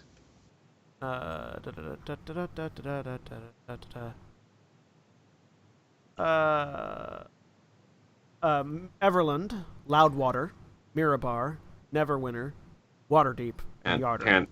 Where's Loudwater? Loudwater is south of the forest, of the High Forest. It was said very fast. South of the High Forest. No, not that part. The other the total part of it. said a lot of words very quickly. The name. Yeah. They haven't typed it in the chat before, but I'll type it. Everland. Oh. Directly south from Everland. It is Loudwater, Mirabar, Neverwinter, Waterdeep, and Yarder. Yeah, where's Yarder? You guys passed Where's through. Yarder? Yarder was the one of the towns you passed through on your way from. Oh, there it is. Heading along the. Okay. Neverwinter. Where Neverwinter where my lady is from.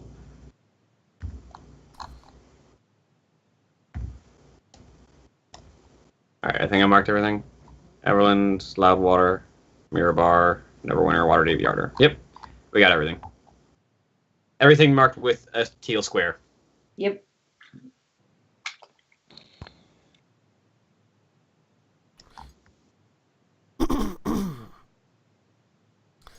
So, Alright,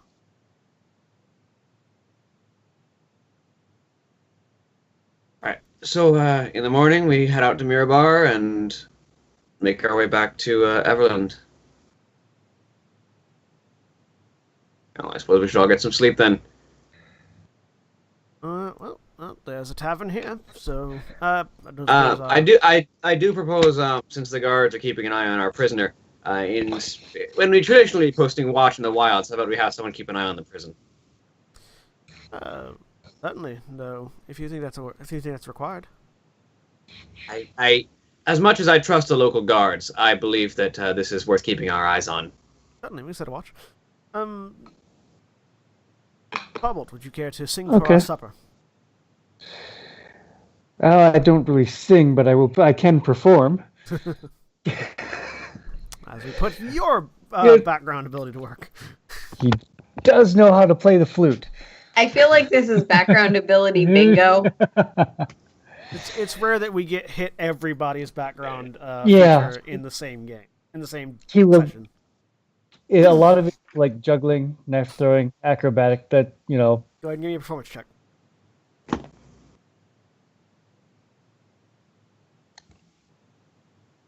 Not too bad. 13. You earn 170 gold for your performance. Okay. So nice rolls. Paying for supper. Yeah, as I rolled 6, 5, and 6 for your gold allotment. It's a well-paying crowd tonight. Yeah, I mean, there's not a lot of entertainment in this place, so. All right, guys. Tonight, how do you appoint watches? Standard watch procedure, which I think is like people without dark vision at the first and third shift, and then someone with dark vision in the night shift. Yeah. Well, you can. I think you're the only person without dark vision. And half hours have dark vision. That's true. Yeah. So I will take the evening shift then while it's still light out. Yeah. So you guys set watches. Nothing with the threat of the giant attack past. Everyone seems to be pretty much on guard, and throughout the first watch, you notice that there's always a guard station outside, and they do not sleep tonight. I mean, no one's going to object to another person standing watch anyway, just in case another giant attack happens. It's true. So go ahead and give me a perception check. Yeah. Not advantage. Perception. 23. Right? You do not see any sounds of activity or trouble. And then we get wanted to be on second watch. I'll do it. Miracle, go ahead and give me a perception check as you get out into the cold night. It is quite chilly outside as the sun falls, since the sun has fallen. Oh, that's a 4. You're freezing. It's cold. Like even with your warm bundled up, you're just sort of bundled up, and I want to get back inside. Creature of fire. Back inside. I want to get back inside. I want to get back inside. I want to get back inside. And when Kenvalar comes out to sort of tag out, you just back into your room. Yep. Miracle is much more of a shade of blue purple than usual. I think Kenvalar up there. Kenvalar also knows. So, morning comes. Wake up. And yeah, the Axe have secured another caravan that's heading back north. And all are free to tag along, as they've said previously. We will retrieve our prisoner and tag along. Sure. I want 2 of you to roll me D100s. I will roll one of them. 42. The best 68. number. 42. Almost the second best number. 42 and 68. Let's see. Frags. Please tell me 42 is just something absolutely hilarious. We'll see. I mean, it's just the answer to life, the universe, and everything that falls into your lap. Like I feel like the 5th ed devs would make that. Would make 42 something like a joke encounter or something.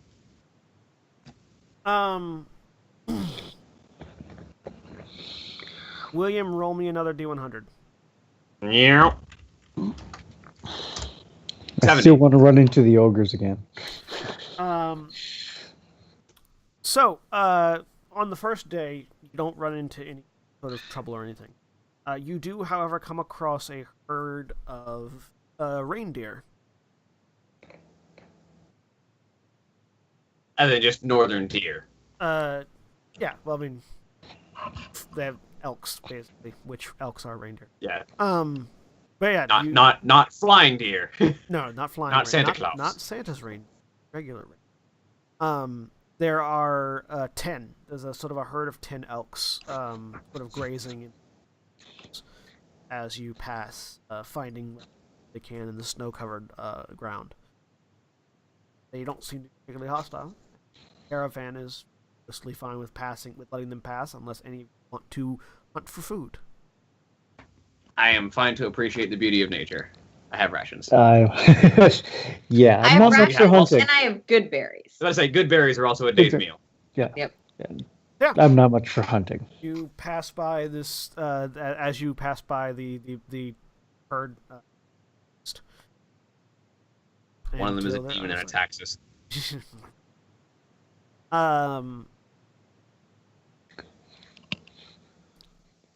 The other one.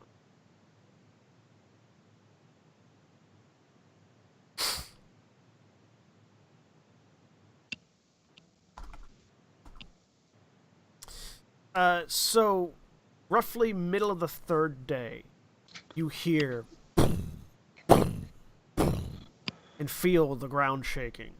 And as you look to the west, you can see a trio of hill giants stomping their way across the hills. You spotted them early enough that they don't immediately see the caravan, and the Axe and other guards begin to sort of pull the caravan into hiding, looking at the rest of you. Right, so we're going to pull the caravan over to the side. Is there any way the 4 of you could try to distract or deal with those 3? How far away Do I are we recognize from those the 3 reindeer? giants? No, they're giants, not ogres. Okay. How far away are we from the reindeer? No, giants are the ones dealing with the ordning and complete disarray in their society. ogres are the ones who really need to get to this festival and keep getting lost. What was the question, Farble? How far away are we from the reindeer? That was yesterday. That was yesterday. Okay, never mind. Can we anyway? Well, look, anyway we can distract them with local wildlife. It's pretty barren. I do have locate plants or animals as a second level as one of my spells, so I can find out what plants are. So you have No, that's a spell for a specific kind. Never mind. So we're gonna say while the giants are approaching, the other guards are hiding the caravan. You guys have about rounds before the hill giants are going to be able to.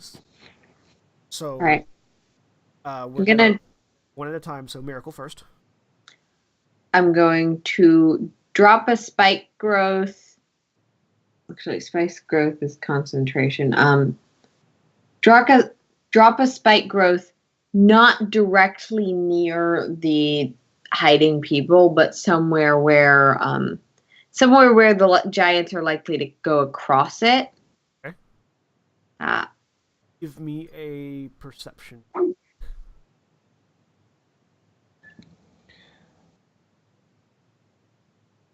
13.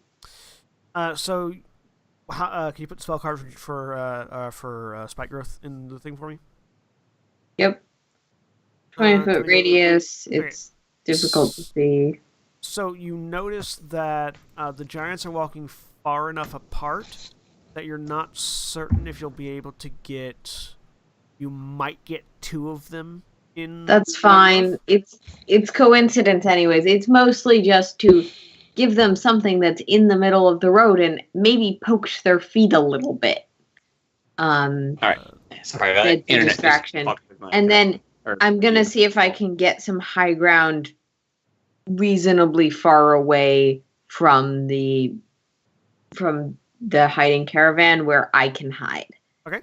Go ahead and give me so that'll be your second. So your first round, casting spike growth, start moving. Hiding. Yeah. Firebolt, your preparations. Looking around, what kind of terrain is this? It's fairly hilly, rocky terrain. Okay, looking at where Miracle is hiding, I'm gonna move off away from the caravan to find a spot that if I draw attention to myself, they will be looking away from the caravan. And you all have had a long rest. So back. Yes. Okay, so give me a stealth check for Firebolt.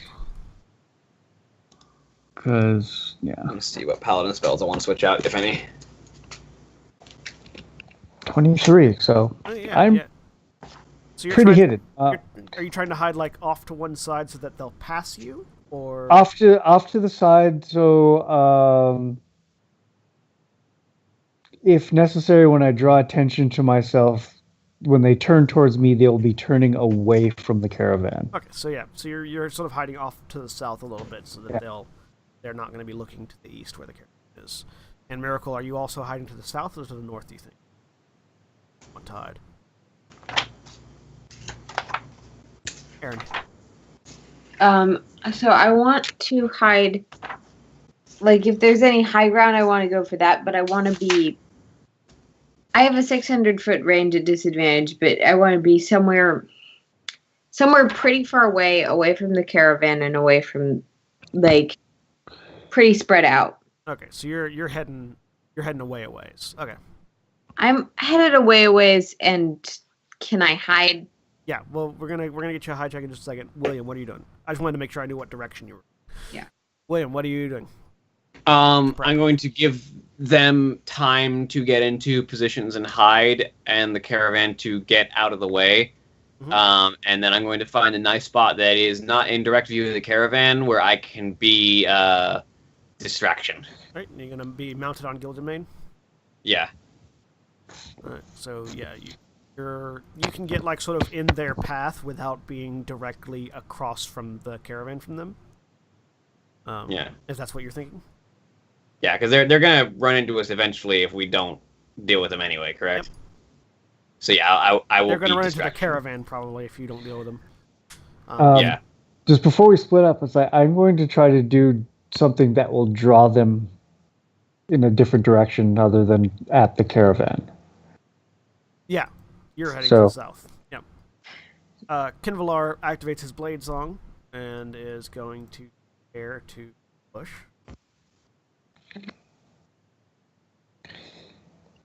And all right, so second round, Miracle. Go ahead and give me a stealth check.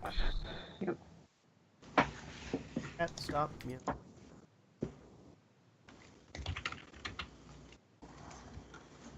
11. Right, 11. Well, I mean, hill giants aren't the cleverest. And yeah, that's my action. All right, Farbolt, you're already. I'm gonna in hit him. position.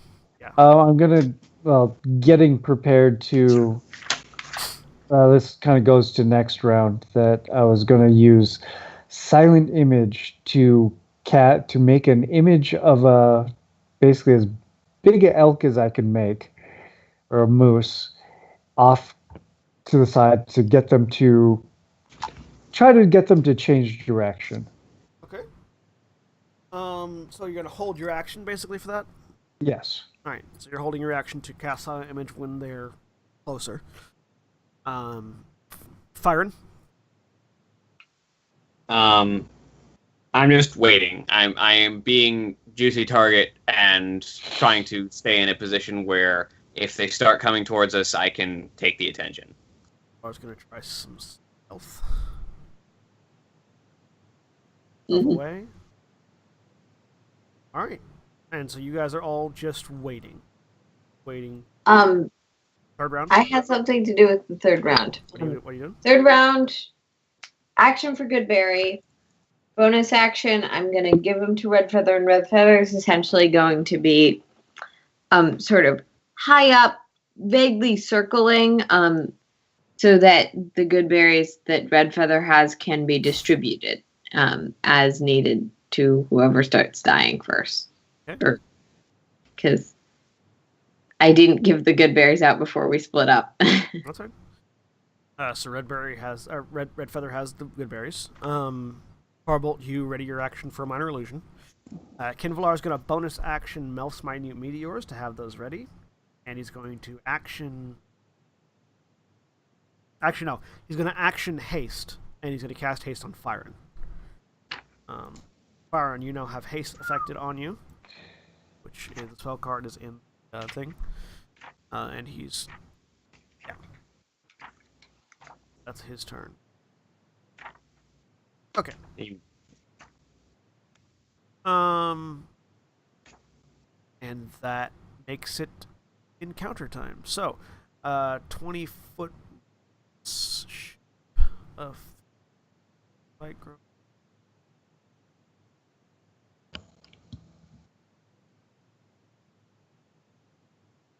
It's 20 feet from a point. 40 feet across then. 5, 10, 15, 20, 25, 30.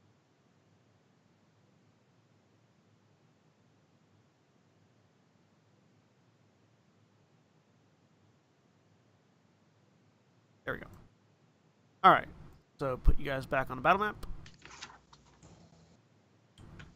Feel free to adjust yourselves slightly to accommodate for where you want to be. I have. Oh. I just put you sort of like down in the lower right hand corner so that you're off the screen, basically. Yep, that'll work. So that's the spike growth. Where's the caravan? Caravan would be off to the caravan sort of off the map in this direction.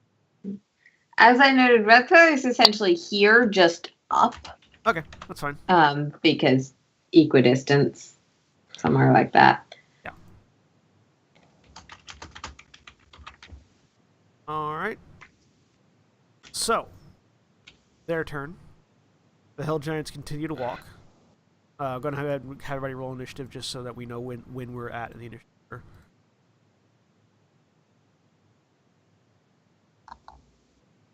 Probably going to be the Hill Giants being last in the initiative. Nope. Or not. 19. Byron's about to go. All right. You didn't have your token selected. Farbolt. That's all right. Add you to it. 19. All right. So, Farbolt has held. Kinvalar has already cast spells. Miracle has made good berries and sent red feather flying. The Hill Giants move forward. DC 12 to notice the spike growth. They've already failed it. Boom. Cool. Boom. Boom. So they step into it. How much damage is that? So they step 10 feet into it because they take 10-foot steps. Okay. So it's going to be 10 feet of damage, which I think is 4. Right. Yeah, it's... Well, for every 5 feet it travels, so that would be 44. Oh, 2d4 for every 5. So yeah, 4d4 points of piercing damage. And it is difficult terrain. Yep. 9. All right, they both take 9 points of damage. So The ground is spiky. The two hill giants just sort of leap back on their other foot, picking up their feet and just go and in giant, basically yelling "ow." I really like that it's D4s because D4s are the caltrops of the dice. It's true, they are. I feel like owl sounds the same in any language. The other hill giant looks over at the other two, confused, and that's when any held actions go off. So Farbolt, you cast Minor Illusion. Minor Illusion. Where you put Elk? I'm gonna put him back over here. Okay. So you cast Minor Illusion, creating an illusory elk. I'll get.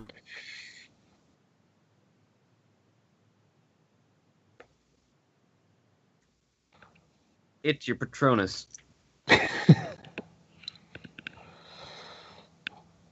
Come on.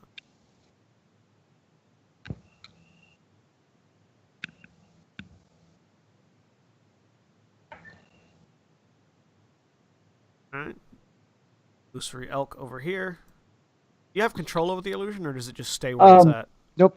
With Silent Image, I can make it move. It just doesn't make any sound. You have control over that token then. And did anybody else have a fire? Did you have a held action that you were waiting to go off? Or were you just waiting? No, I was waiting. Alright, so then it's your turn, Firen. As they stop in confusion. I had a held action. You used your third turn. You used you cast Goodberry and then had Red Feather fly out. Oh right, never mind. You didn't have it. The turn tracker's gone away, by the way. So Byron. All right. Warhorse speed. Warhorse. Is 60 feet. All right. Near. That's where I can get. You are hasted. I don't know if that applies to your fine steed. No, it doesn't. But I can also only move 60 feet. But I can skirt around the edge of the spike growth. Yeah, there. You can avoid the edge of the spike growth. You know where it's at. Yeah. So, down. All right. Which then allows me to bonus action, Thunderous Smite.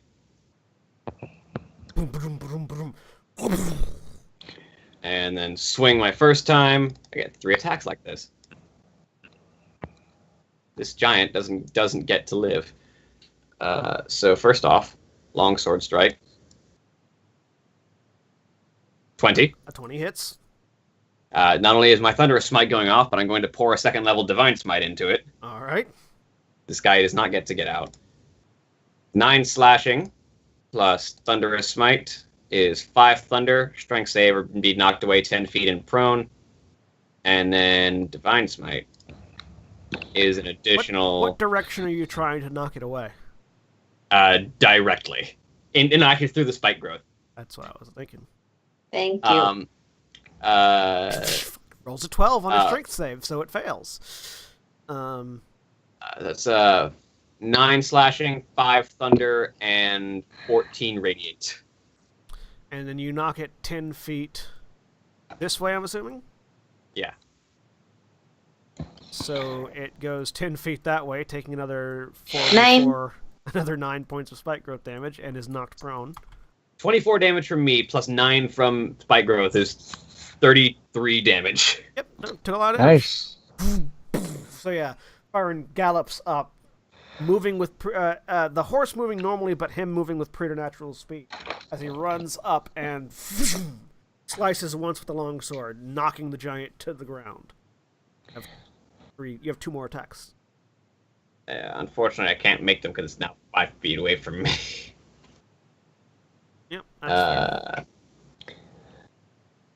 So that's it for now, but I did just bat him away from me. Yep.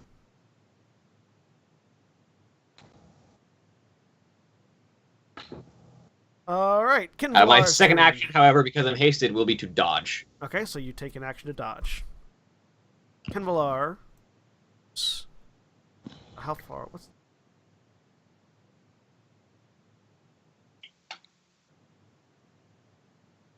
20 feet?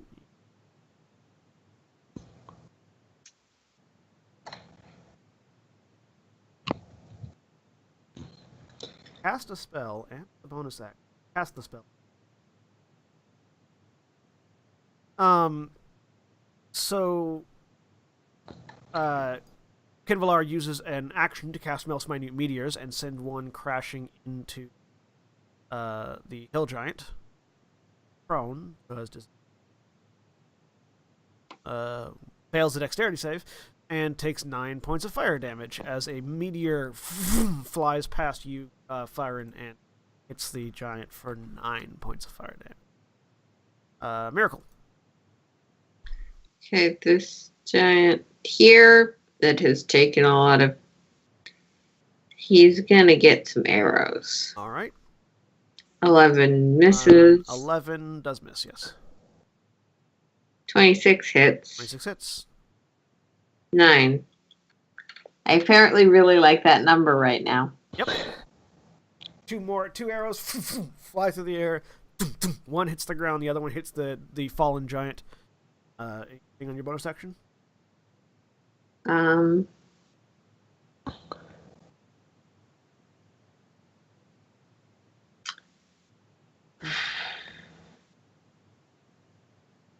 No. Red Feather, as I noted, is essentially using my bonus, essentially circling. Yeah. Up in the air. All right. The hill giant's turn. One of them steps out of the prickly grass and starts trying to move around it to...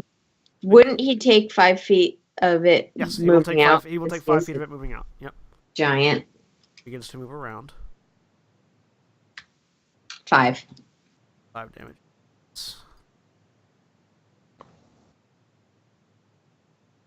This one stands up. It's half of his movement. And he spends the rest of his movement stepping to here, which is going to be another 10 movement, so 2d4. 44. Or 44. 7. And I would really died laughing if he died to that. I know, right? And swings this massive, tree-like great club that he's carrying at Fyron. Advantage because... yeah, disadvantage because dodge and also extra AC. So you have disadvantage because dodge. Does a 25 hit you? I don't think I get to cast shield. No, yeah, my AC is 20. Alright, you take 29 points of bludgeoning damage. As Ow. it rolled max damage on the hit. Reduced by 3. So 25. The other attack was the other roll was a natural 20. That's gonna hurt. You evaded a natural 20. I did. Good. It makes a second Great Club attack. Does a 19 hit you? No, with haste, my AC is 20. Yeah. So this first attack comes flying through. Wham! You don't have any concentration spells up currently, so that's okay.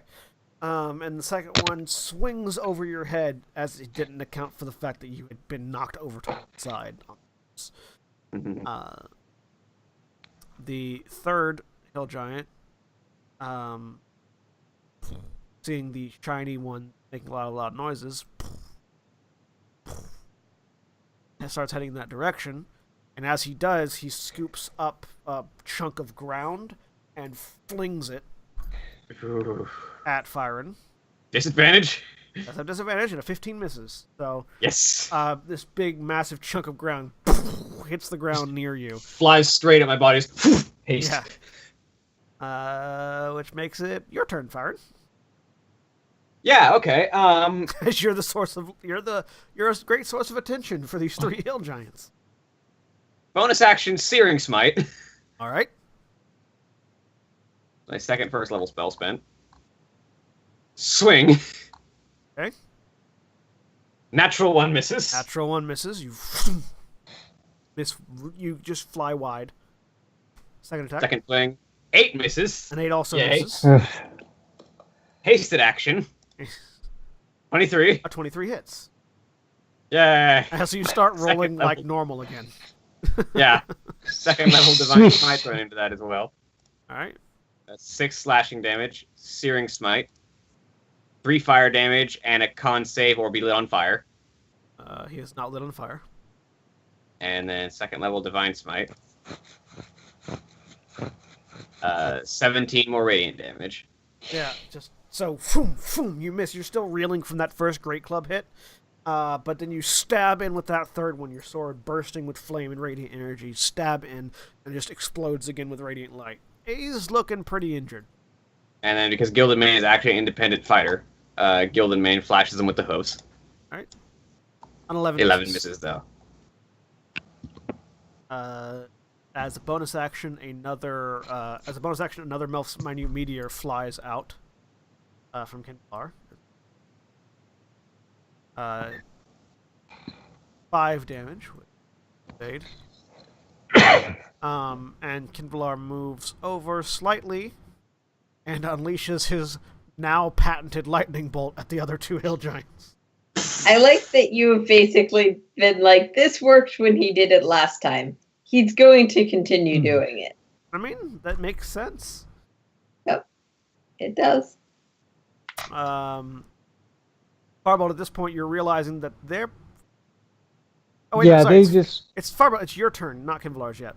Firebolt, go ahead. I forgot. I missed it. But yeah, they don't seem to be paying much attention to your deer. Yeah, once Fyron stepped out, that kind of became moot. It's alright, we're just gonna kill him. Yeah. Firebolt, you're first. We'll First, roll back I'm to gonna cast mirror image on myself first. All right. The action, and still trying to remain hidden as much as possible, and staying out of line of Kinvalar. So the elk goes away. And Concentration. yeah, elk will go away. No, mirror image isn't actually concentration. Yeah, because it would suck if you got hit and lost your mirror images. Yeah, no, mostly for now I'm going The elk to, does not go away then, unless you want it to go away. it's kind of a moot point, but since I can't attack, I'm just going to kind of tail behind this guy and try not to get in the way of Kinvalar. All right. So Kinvalar's action goes off then. 5 damage to the other guy. You can also send a second meteor, by the way. No, bonus action send me. No, it is, 1 or 2 meteors. Yeah, you can send but- 1 or 2 with each bonus action. Can you? Yeah. Oh yeah. So yeah, second meteor is gonna hit out then. Dealing another 5 damage, which kills that hill giant. Yeah.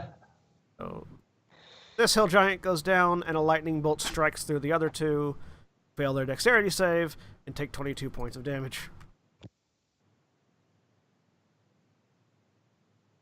All right, Miracle. Miracle's gonna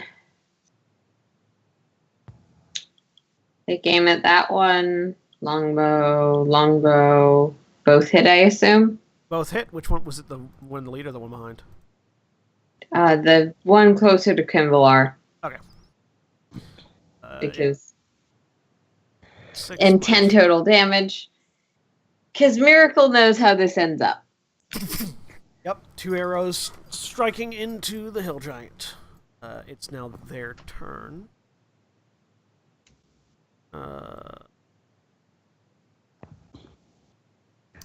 This hill giant stomps over to Kinvalar. Oh dear. This hill giant stomps over to Byron. And make that attack, yep. So one hill giant makes 2 swings at Kinvalar. Kinvalar, who dodges both without using shield. So this giant goes, and as the dust shoots up into the air, and as it clears, you see Kinvalar sort of standing a little bit further back from where the club actually hit the ground, just looking up and shrugging. And now I'm going to get double crit. And, well, does a 14 or a 14 hit you? Nope. Yeah. So, it comes up behind you and swings twice, and you just maneuver Gilded Mane out of the way both times.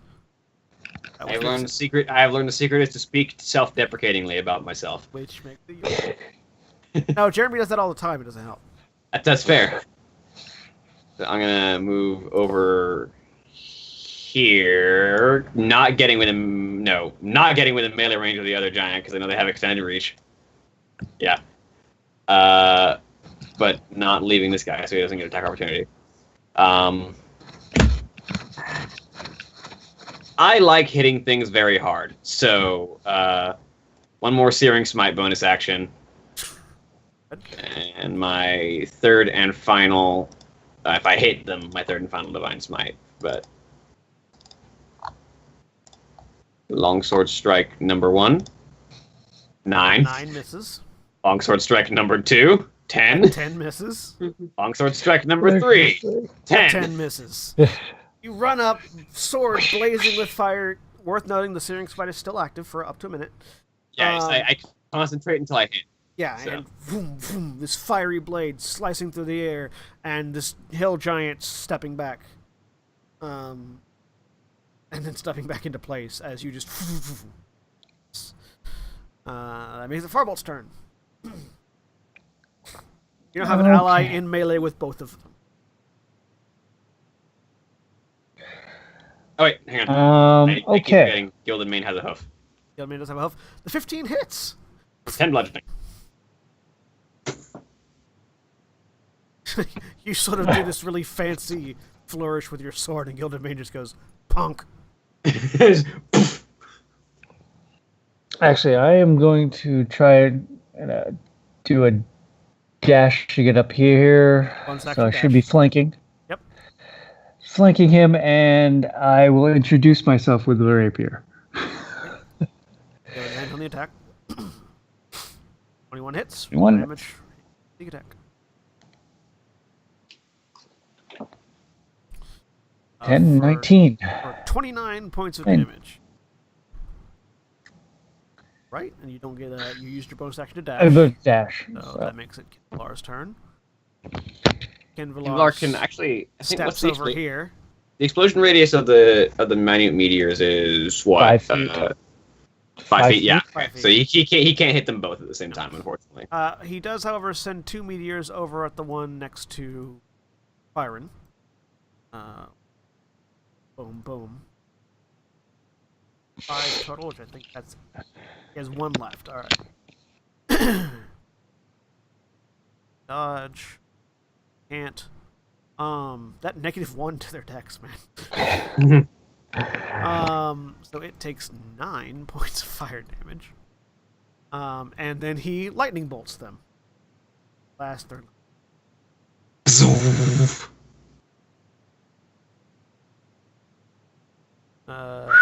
And they fail.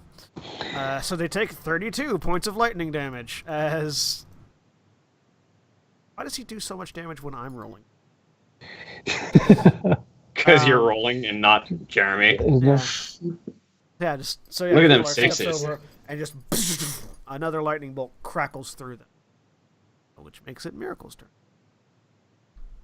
Miracle's going to shoot the one there.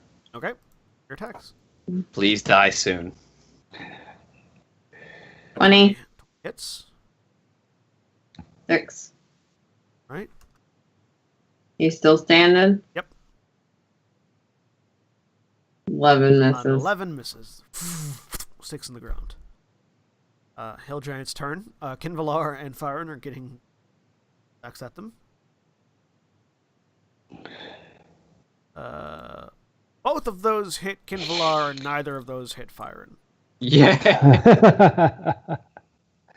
Kinvalar, wham, Hello. wham! Kinvalar gets smacked twice really hard by the Hill Giants. He remains standing, but he is severely injured. Firen, an 11 and a 14 both hits you, even if you weren't. Mm-hmm. All right, Firen. This thing needs to get out of my way. One swing. You can theoretically move to where you're able to attack both of them. I can move 2 attacks. So. 24 hits. Roll damage. Swing for 4 slashing, and then my Searing Smite goes off.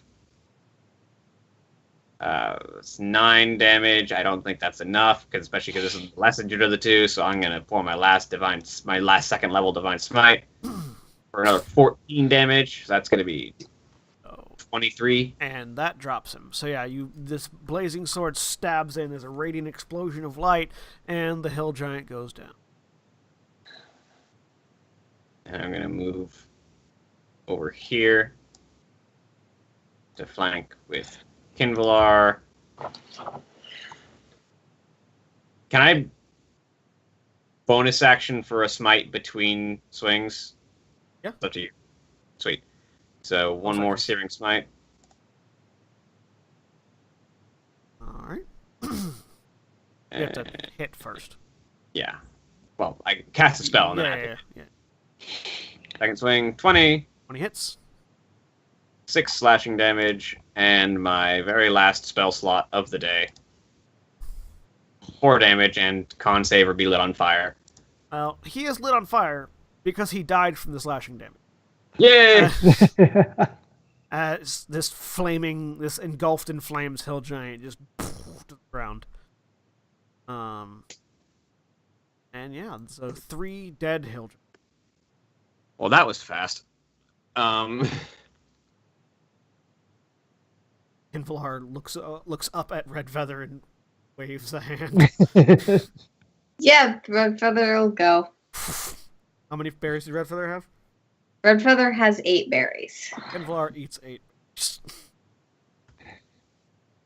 How much further down does that put Kinvalar? Kinvalar is now at 14 out of 37. Out of 37. So I will... Hang on. Let me roll 37 minus 14. I will go over to Kinvalar and give him 23 points of lay on hands. 23 points. All right. Which leaves me with 17. Which I then give to myself. All right, you have felled the 3 Hill Giants. You hear cheers of celebration coming from the caravan. Invalar begins to pick through the giants' bags. You want to do the same? I will also do that. Yeah, that would be something to do. You know, I'm starting to see why the Storm Giants are always at the top of the order, and you'd think someone would tell the Hill Giants to stop attacking people who can kill them. Well, there's I believe not much going on up top there. I believe the Zephyrus did refer to the hill giants as idiots.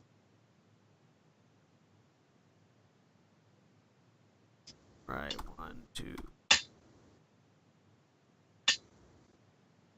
9.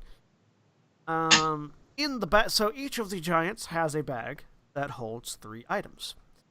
The first giant has a stuffed animal in it. Looks like a very dirty and not very well kept stuffed animal. What kind of stuffed animal? Little teddy bear. An iron cooking pot. And a carved wooden statue of a halfling. Okay. I'm taking the teddy bear.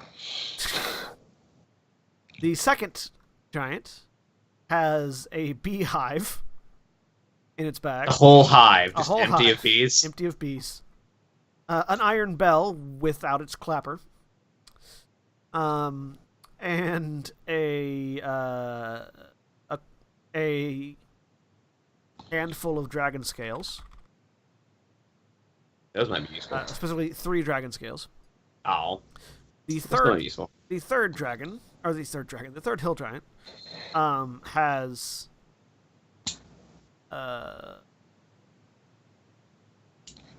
a pair of moldy loaves of bread,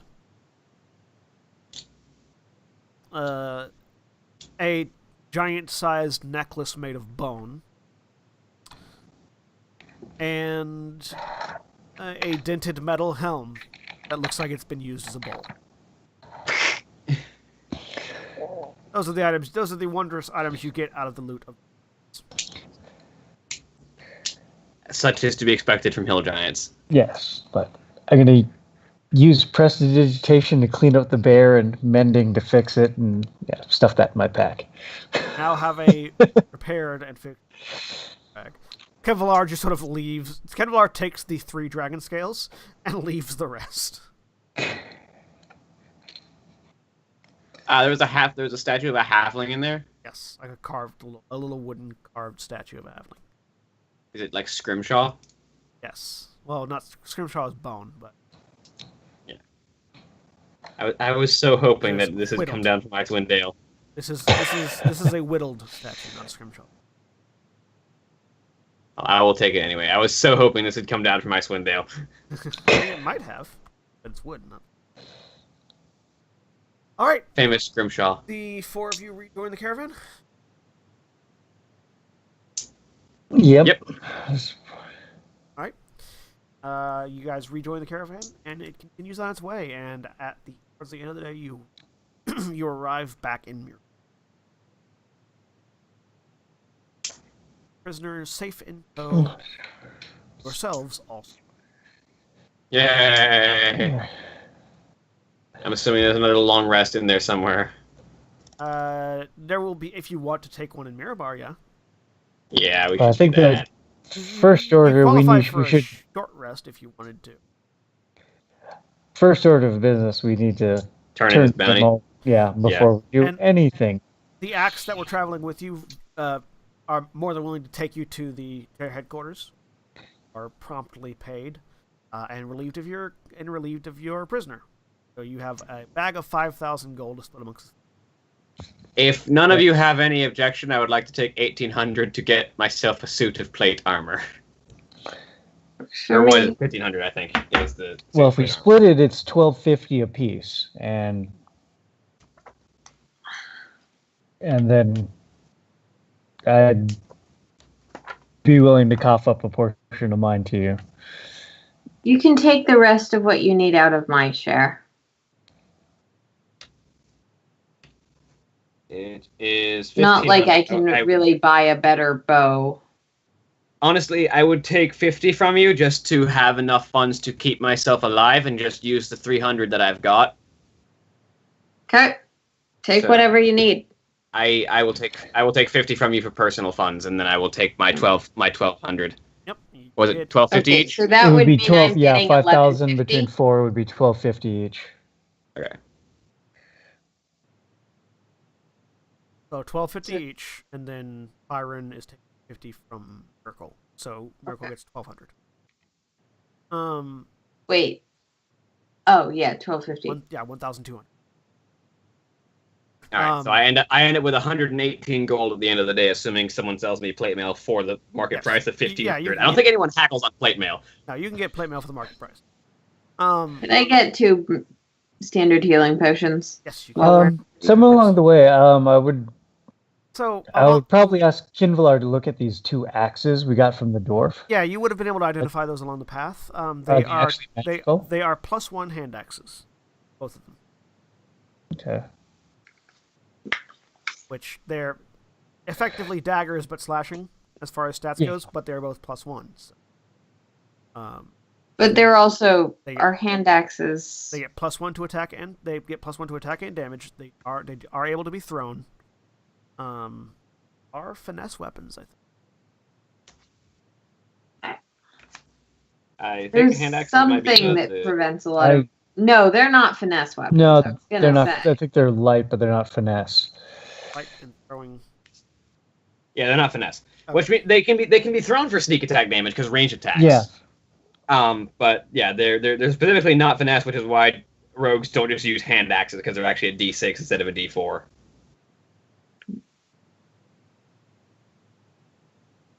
They are D6, yeah. D6 slashing, light, thrown with a range of 20. They're both +1. You can have sneak attack with your thrown hand axes, but not with hitting them in melee. Yeah, I wouldn't use them for melee combat anyways. So I think they use strength to be thrown too. What was I thinking? They do because they're not finesse weapons, but yeah, because hand axes are essentially the alternative to javelins. Yeah.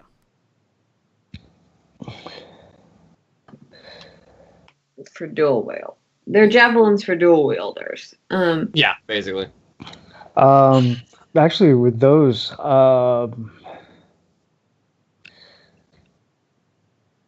any way to barter a magical rapier? Not in Mirabar. No, I'll hold that as a possibility if we ever go to like Waterdeep or Neverwinter or something. Trade to these 2 magic hand axes for a magic rapier, please. Maybe. But yeah, that would be something for Waterdeep, Neverwinter, or Silvermoon.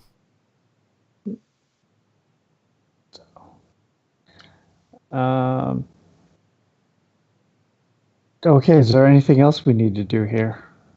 Or shopping? You guys. I've done all the shopping I need, saying as I step out with my full suit of plate mail. Can I sell the chainmail off? Yeah, for half price. Half price? Yeah.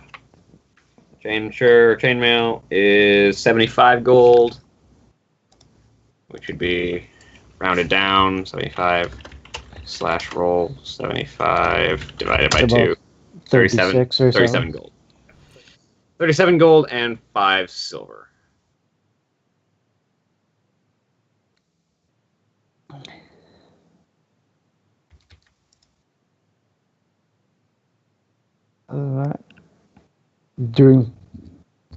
Is there anything else anyone else wants to do here, or we head back to Everland? So I believe the plan was to head to Everland and head up to Silvermoon from there. Yeah, I believe so. Works for me. Well then, turn to the barn. Circle. Go. And as you all return to the stables that has the my teeth. As you return to the barn that has the teleportation planet and climb the ladder to head back to Everland, that's where we're going to end today's session. So, say goodbye, everybody. Bye. Adios.